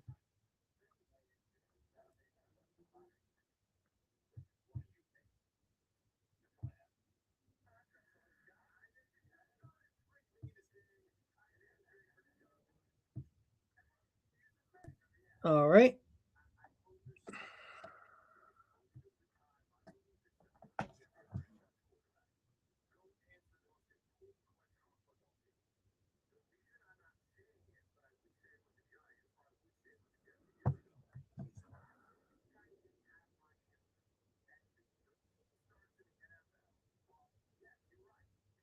Sorry, guys. I'm just texting somebody.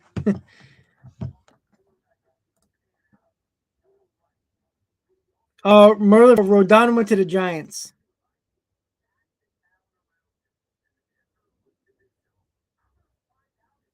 Yeah, no problem. Beard, no problem. Absolutely.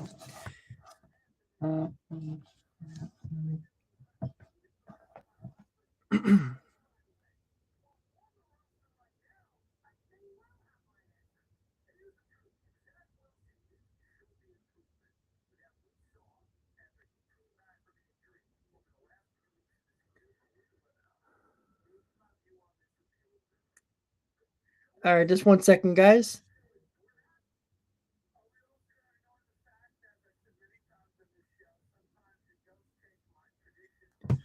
All right, so we're looking into other things right now to see if there's any other news, but Mets related, we're seeing multiple reports saying the Mets are looking at Andrew Chafin, Colin McHugh as two free agents that are on the board for the bullpen, and Josh Hader. And obviously, that's going to be a trade.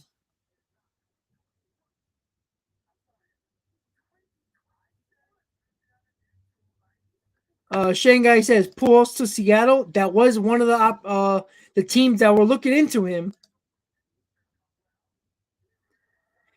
Ijaz says breaking. Jeff Passan announced Blue Jays and Bryant are in the midst of closing a deal. I have not seen that yet.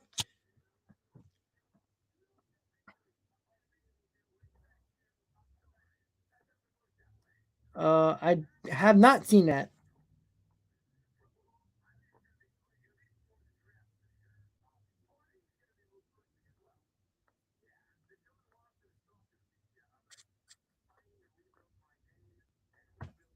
Let's see. I haven't seen that about Chris Bryant to the Jays. I'm refreshing right now, but I don't see that, buddy.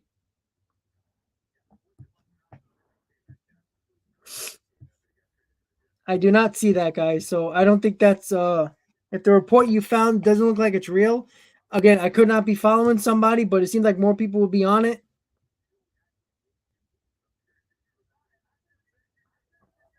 So on MLB Network, Harold Reynolds ranked the top landing spot for Freddie Freeman is as followed: Dodgers number one, Mets number two, Braves number three, Yankees number four, and Rays number five. Again, I don't think he has inside information, but that is interesting. And Christian, yes, that deal with Peacock, you're gonna have 11:30 a.m. games and 12 o'clock games. I'm assuming those games are gonna be on Sundays. I mean, because they're not gonna put a game on at midday on a weekday, so it's looking like a Sunday. So there you go.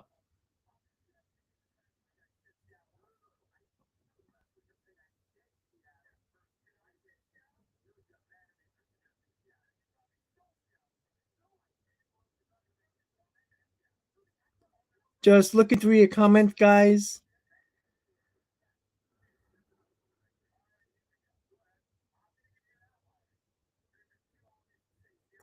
Hector Gomez, Blue Jays, Cubs, Red Sox, and Dodgers have shown interest in infielder Jonathan VR.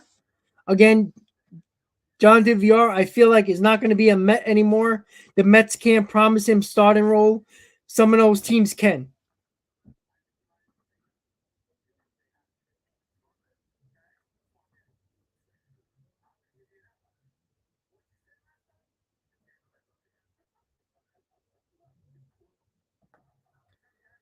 Joe, I don't think the Orioles are going to get anybody. They're still in full rebuild mode.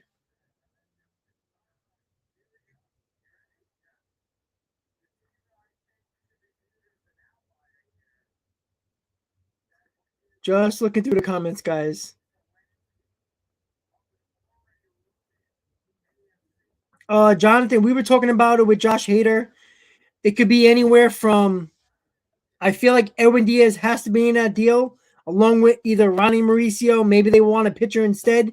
Maybe a JT Ginn, something like that. That's what I think. You're probably going to have to give him a prospect and probably Edwin Diaz. Andrew, I don't know. I'm assuming Freddie Freeman market's going to heat up in the next coming days. It seems like today is all about the pitchers, most likely. But again, only Rodon, only the big name so far is Rodon at the moment. So, I know a lot of people are going crazy based on their own team, but nothing's really happened except for the Giants signing Rodon.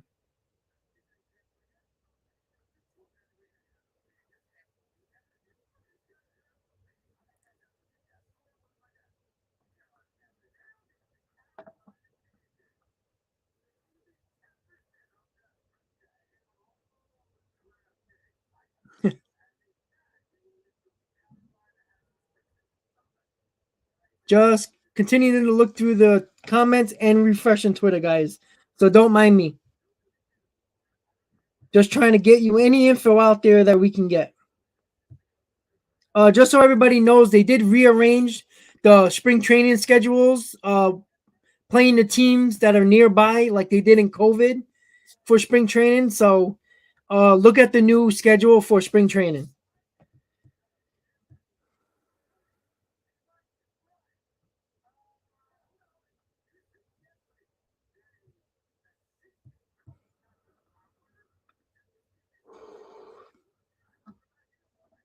Yep, I don't see nothing as of yet, guys. Just the same stuff that we've been talking about over the last half hour.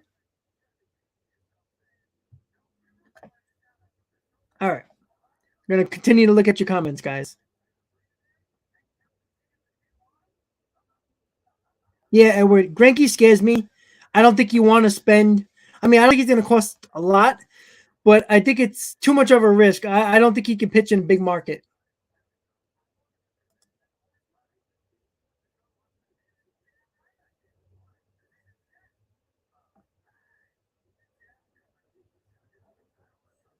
I don't, honestly, I don't want Christian Yelich. It's no point. We already have enough outfielders, and Christian Yelich has been hurt a lot.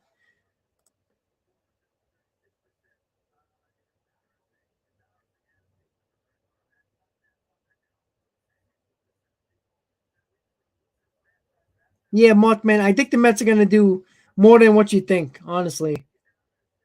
Again, guys, no other team has made any big moves except for the Giants. So everybody's getting worried about the Mets not making moves. Nobody's made deals. You have to relax a little bit, guys. And B, Hader will definitely help the bullpen. Solidify it. You got to do a little bit more, but Hader will definitely help.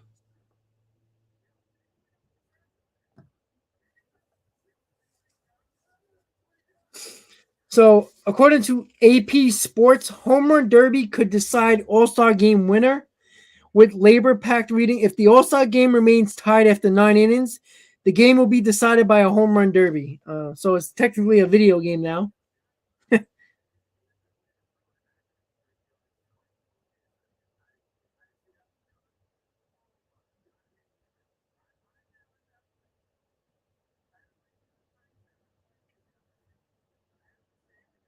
MB, according to Buster Only, he spoke to a veteran agent saying that he heard that 6 to 8 deals are in place with different teams. So if that's true, Buster Only put it out there. He'll have egg on his face if it's wrong. So I was just reporting what Buster Only said. That wasn't my report, my opinion. That's what he said.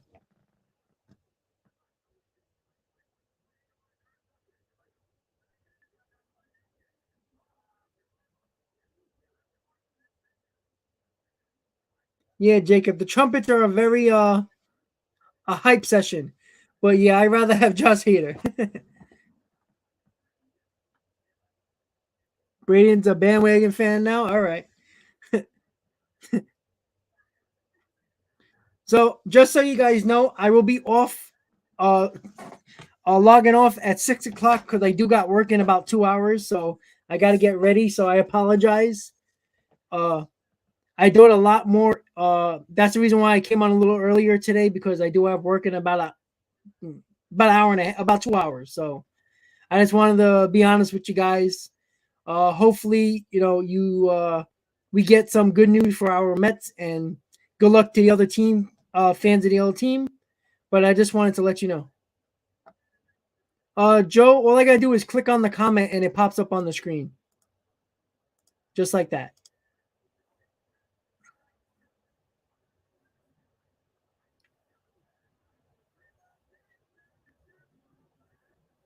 But there has been a little bit of information about Kris Bryant possibly being rumored to the Mariners. DePoto, GM of the Mariners, said that he's looking for an impact bat that plays third base, left field, and DH. And guess what? Kris Bryant can do all that. So we'll see how true that is.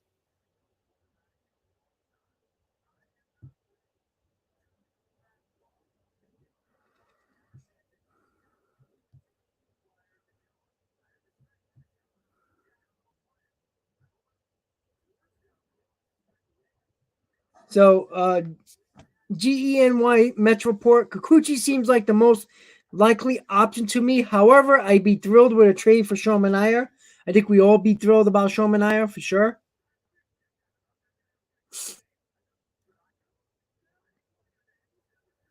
Aiden, I didn't hear any rumors about the Yankees. So once again, guys, just to let you know, I'll be signing off at 6 o'clock. All right, guys.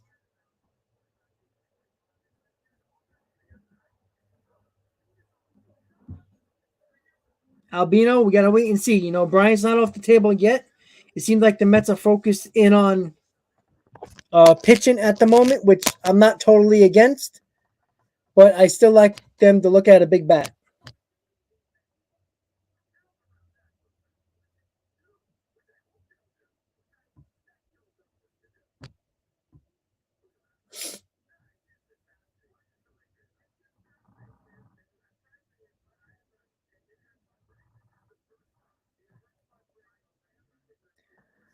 I'm continuing to go through your comments, guys.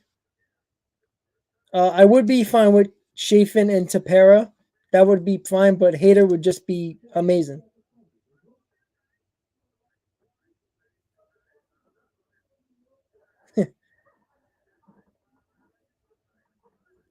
Yu Yang, thank you.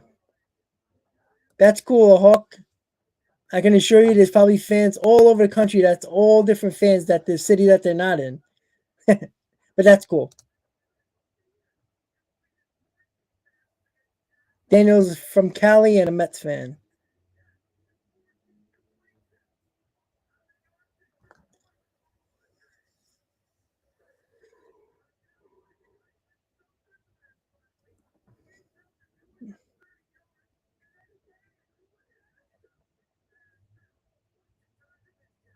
Bob, I've been a Yankee partial ticket holder for 30 years.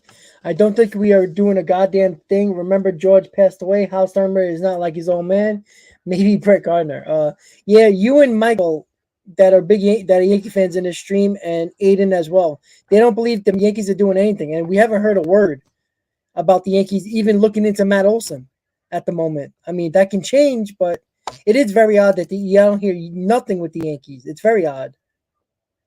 Albino, nothing, no news as of yet.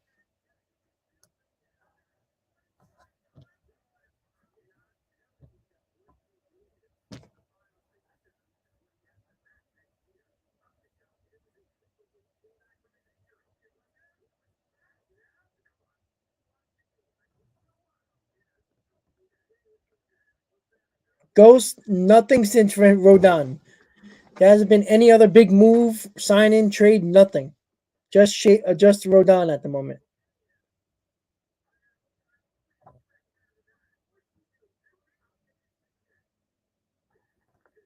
I haven't heard that part yet, but with Brian Reynolds. But if that's the case, it's probably going to be a steep price, a prospect or two, and probably a position player that's already on the roster.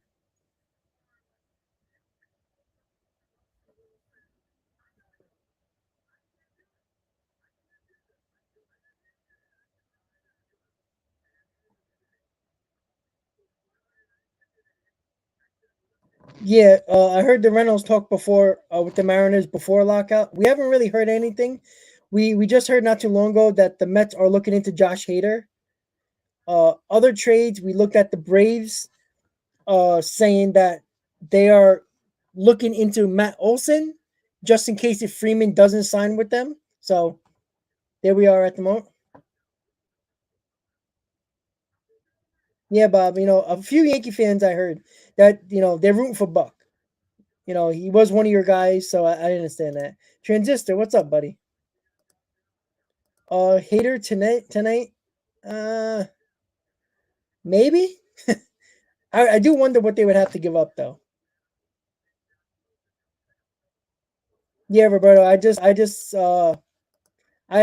saw that. I just saw that.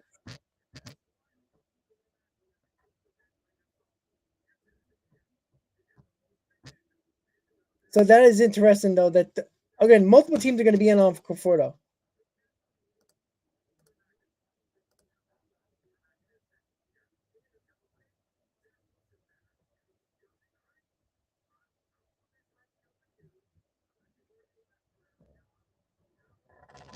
Well, Bob, things can change rather quickly.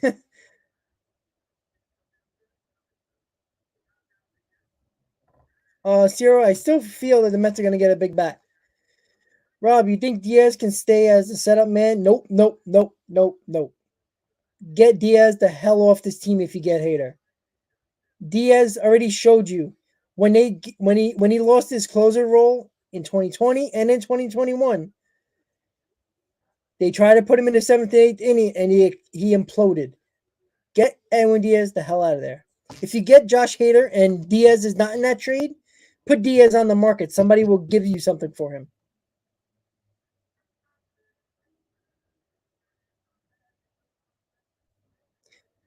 Well, Bob, you know what? A lot of these owners are scared of them big luxury tax penalties. That's the problem.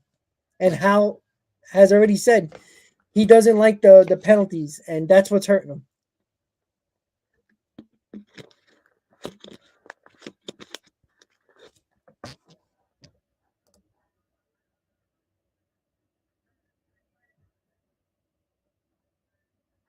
James, you can be any fan you want. Nobody's gonna tell you otherwise. Go Boise State. South Carolina Braves fan? Okay, that kind of makes sense.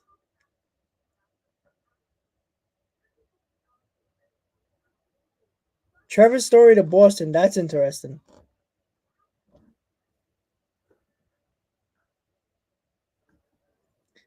Stoney, I don't know if we're technically the East Coast Dodgers yet. We got to make another big move or two. Then we're really the East Coast Dodgers.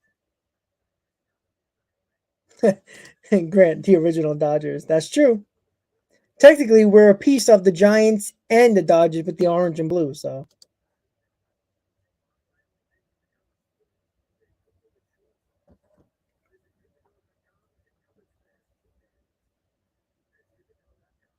no news with Mets and Juan Soto.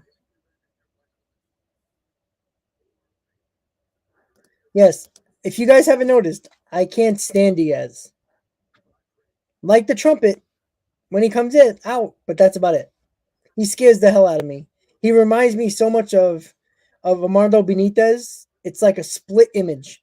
But at least Armando Benitez actually did well in the season. Was crap in the postseason, but he reminds me of Armando Benitez. Every time he came out, he scares the hell out of me. And usually, with Diaz, just like Armando Benitez, in the first two or three pitches, if he can't find the plate, he's having a bad night. Yep, I saw the thing about Trevor Bauer. 7-day administrative leave to to talk to the MLB offices to see if he's going to get suspended.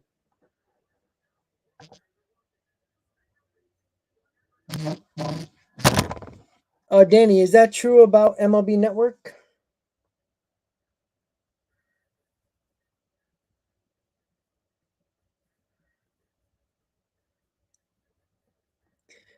Who said that on MLB Network? I know Harold Reynolds talked about his top five.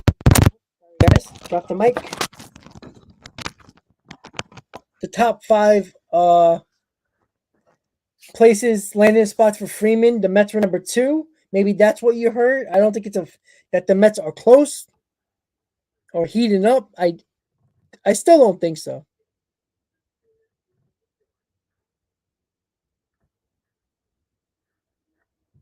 But refreshing Twitter again, guys.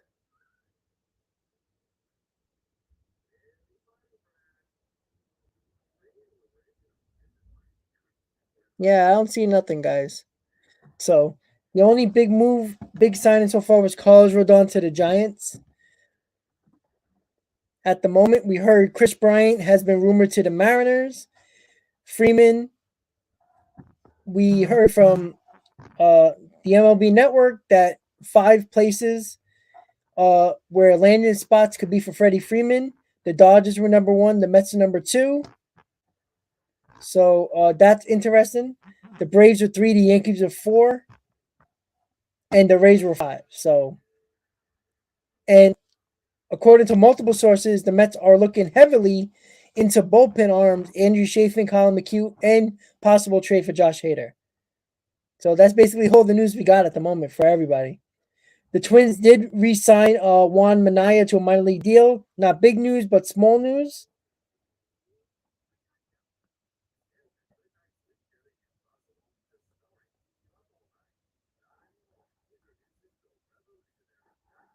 Yep, Sony, that's one thing for sure. I'm a very hands-on guy, so my mic, I hit the mic. What can I say? It happens. Well, at least you guys expect it, so it's not something that you're that is new, right? So it's all good. But again, it's almost 6 o'clock, guys. Once again, guys, I am logging off at 6. Get some rest. Go to work. So if anything happens, it won't be on the live stream, but that's okay. We'll go at it again tomorrow. Joe, check MLB trade rumors. All right.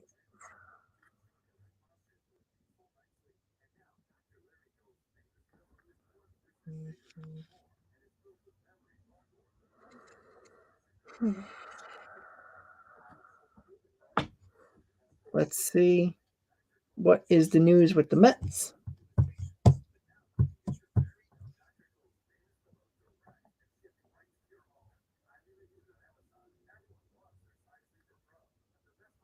Yeah, Twin sign latest on market for Conforto. All right, keep MLB trade rumors open.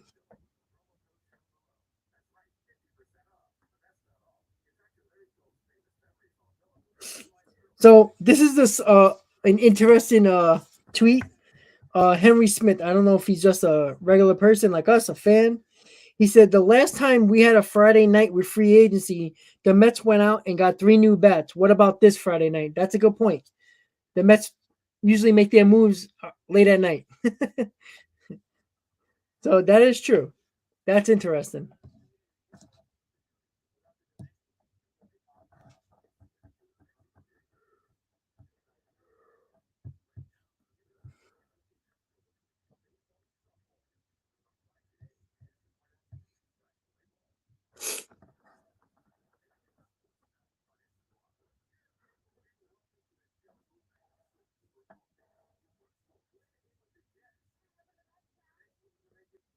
Announced Freeman to the Dodgers already.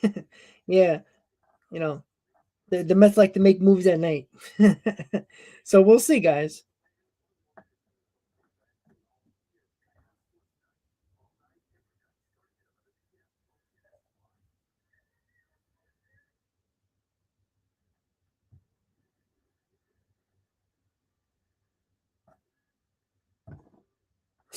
All right.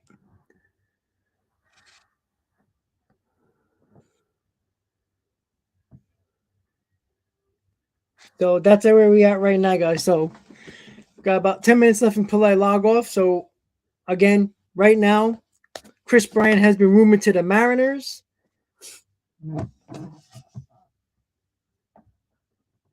And looks like something else happened.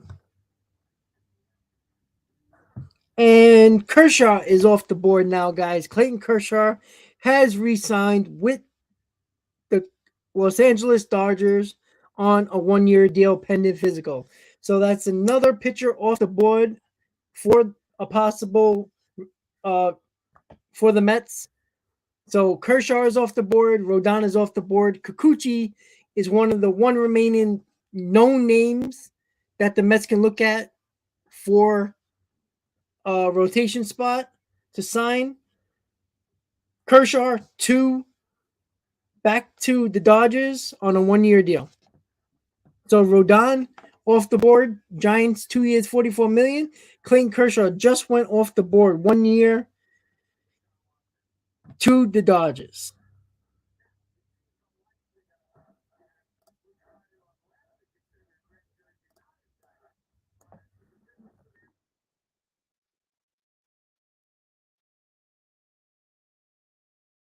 Give me a second, guys. I'm just typing it up to put it up there.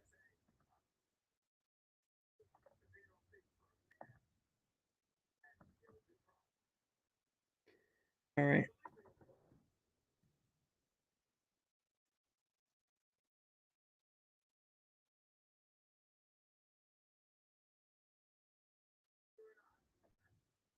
Oh.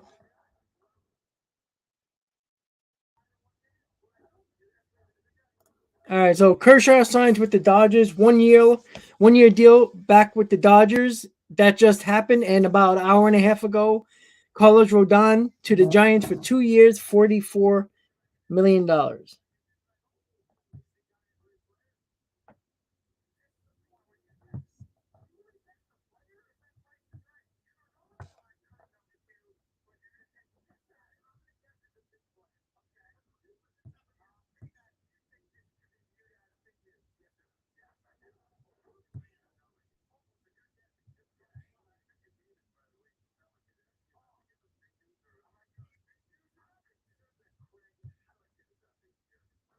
Alrighty. So that is the very latest. Once again, guys, Kershaw to the Dodgers, 1 year deal. Rodon to the Giants, 2 years, $44 million. A few rumors that we have heard was Freddie Freeman, possible destinations. There was a list on MLB Network. The Dodgers were ranked number 1. The Mets were 2. Braves were 3. Yankees were 4. And the Rays were 5 to land Freddie Freeman. Again, that's not exactly rumor mill, but it was just up on MLB Network. Also, the Mets are eyeing big bullpen arms, Andrew Chafin, Colin McHugh, and looking to trade for Josh Hader. And Kris Bryant possibly being rumored to the Seattle Mariners. At the moment, that's basically all we got right now. And 2 pitchers are off the board for the New York Mets, and both of them are left-handers, and Kikuchi is the next left-hander.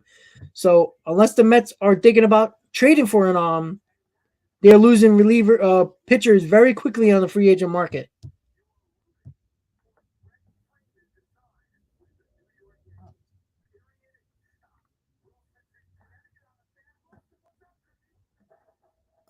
So checking your comments, guys. Yes, Tony, that's that's what MLB Network said. Harold Reynolds made that list. I kind of was a little shocked by that. I think that's a little insane. I think at least the Braves should have been number 2. I think the Mets are in the middle, but yep, Kershaw back to the Dodgers. It's all on the screen, guys. But you know what? If the Mets keep on losing out on free agents, they might get a little nervous and just sign Freddie Freeman. You never know.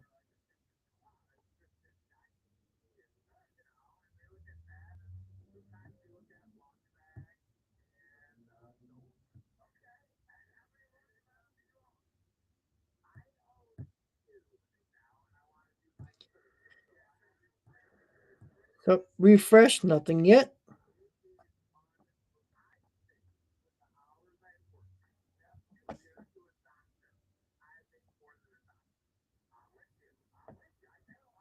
Alrighty.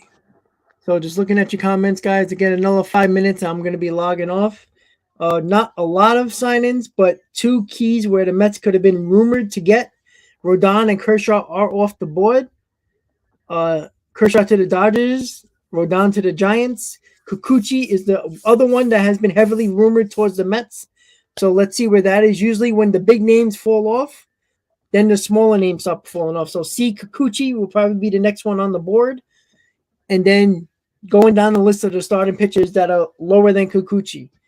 And when you see the top free agent reliever get off the board, then it's going to be a trickle down effect. You know how that works, guys.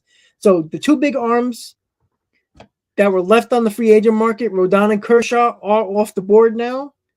So that means that Kikuchi is the next one that's probably going to be the next one signed. Where? Who knows?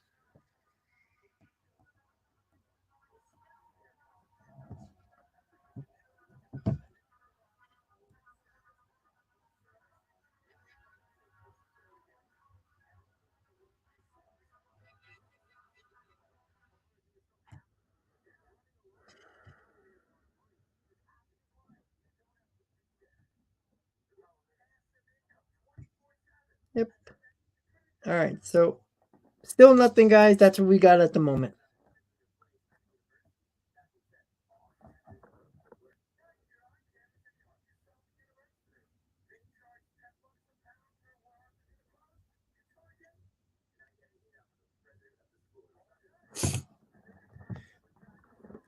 Daniel, what do you think of this year's spring training hats? I don't really like them, honestly. For the last couple of years, they've been very nice. I'm wearing one right now from last year, which I like. Was one of my favorites. That one, I don't really like this one. I think it's a little weird, but I know they try. Sooner or later they have to come out, lose out on ideas. So I don't really like it, but they're okay. I'll get one because I always get spring training hats. Danny G, trade proposal idea. McNeil or Dom to Arizona for Kettle Marte and put him to platoon at second and outfield and Escobar to third base. What do you think? I don't think that's a terrible idea, but I think they're going to want a little bit more for Kettle Marte, honestly. Like maybe Dom and maybe top 15 prospect. So that's what I think about Kettle Marte. I don't know if the Mets are going to go that route. They got other fish to fry. That's not a terrible idea. And, I don't think Dom Smith straight up for Kettle Marte is going to be enough, honestly. Yeah, MB, I don't know. Like I said, I reported what Buster Only said. This wasn't my reporting. This wasn't my opinion or my fake news or something like that. Buster Only tweeted that he spoke to an agent stating that 6 to 8 trades have been agreed upon by teams. Again, there could be a lot of different things going involved, finalizing paperwork, going to the MLB offices. I don't know. We haven't heard a trade yet, so I don't know. Ken, I don't hate McNeil.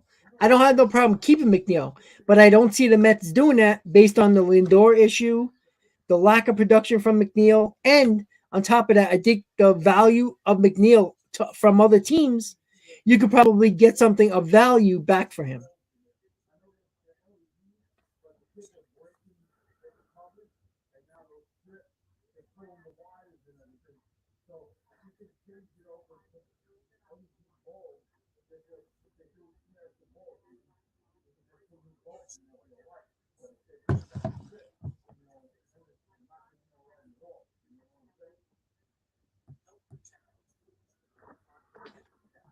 Dawn, Jeff Passan did not tweet that. You probably got a fake account.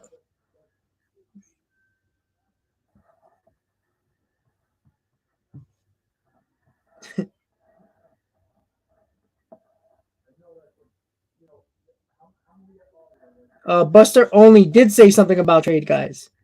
That's where I got the tweet from.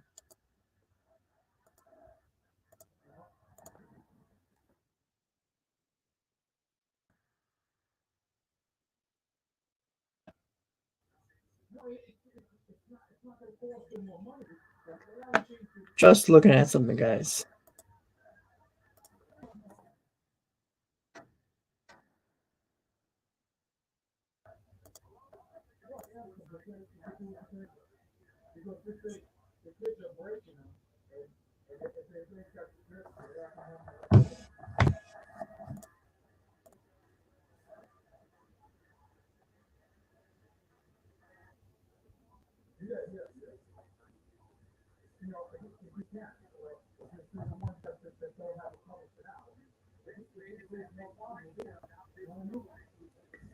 Just looking at the tweets, guys.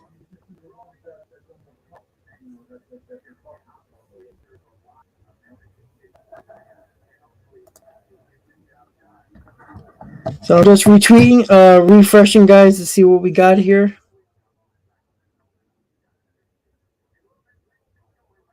Give me 1 second. Let me just make sure we didn't miss nothing.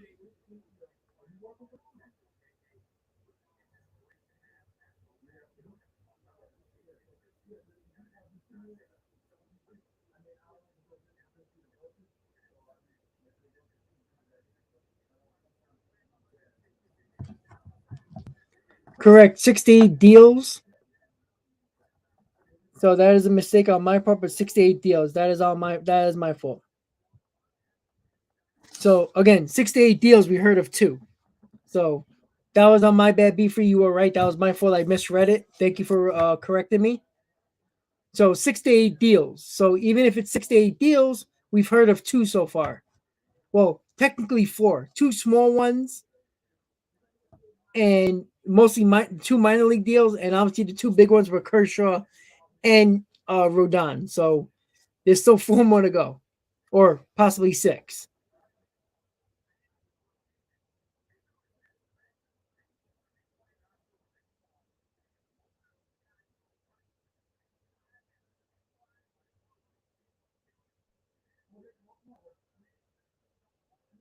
The strength I still think is the bullpen for the Blue Jays, and I wouldn't be surprised if they pick up a bullpen piece or 2. Daniel.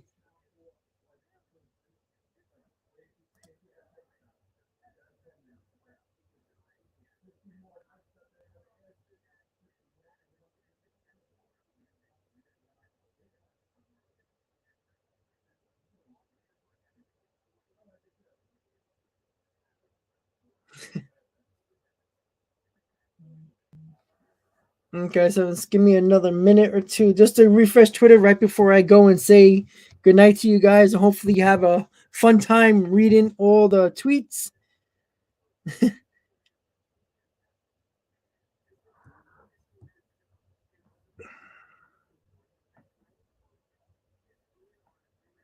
All right, so here's an interesting thing, and it involves the Cubs. So the Cubs with Correa is probably off the table.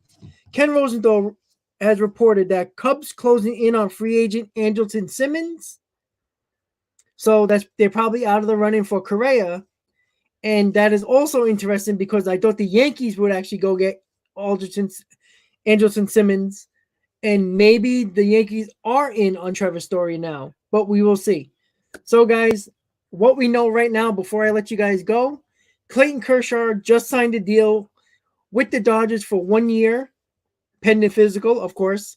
And Rodon signed early on, about a few hours ago, with the Giants for 2 years, $44 million. And there was other small little deals on minor league deals that names most of us probably didn't hear of. So that's really irrelevant for most people. AJ Ramos took a minor league deal with the Angels. And the Cubs could possibly be signing Andrelton Simmons rather shortly. So that is it for the moment, guys. Hopefully you enjoy the rest of the free agent frenzy or possible trades. Look out if the Mets probably going to make some signings tonight or trades. They seem like, oh no, be free. Don't worry about it, buddy. Like you said, you corrected me. Hey, listen, I don't get mad if you guys correct me. If I made a mistake, I made a mistake. It's all good. I went back to read it again. So you opened my eyes to see where I messed up. That's all good. So once again, guys, I really appreciate all the support. We had over 325 viewers straight through all the way until about an hour ago. So I really do appreciate it, guys. Hopefully you come back tomorrow for another free agent frenzy. Obviously, it looks like it's going to be probably a little more crazy in the next couple of hours, but unfortunately, work is calling, so I got to go. So once again, guys, really appreciate all the support. Hopefully you see your team get the guys you want. And for my Met fans, let's hope we get a big bat and a big arm and those bullpen pieces we were talking about. Thank you guys for all the support. And as always, Met fans, let's go Mets. Everybody, good luck on your team, guys. Have a good night.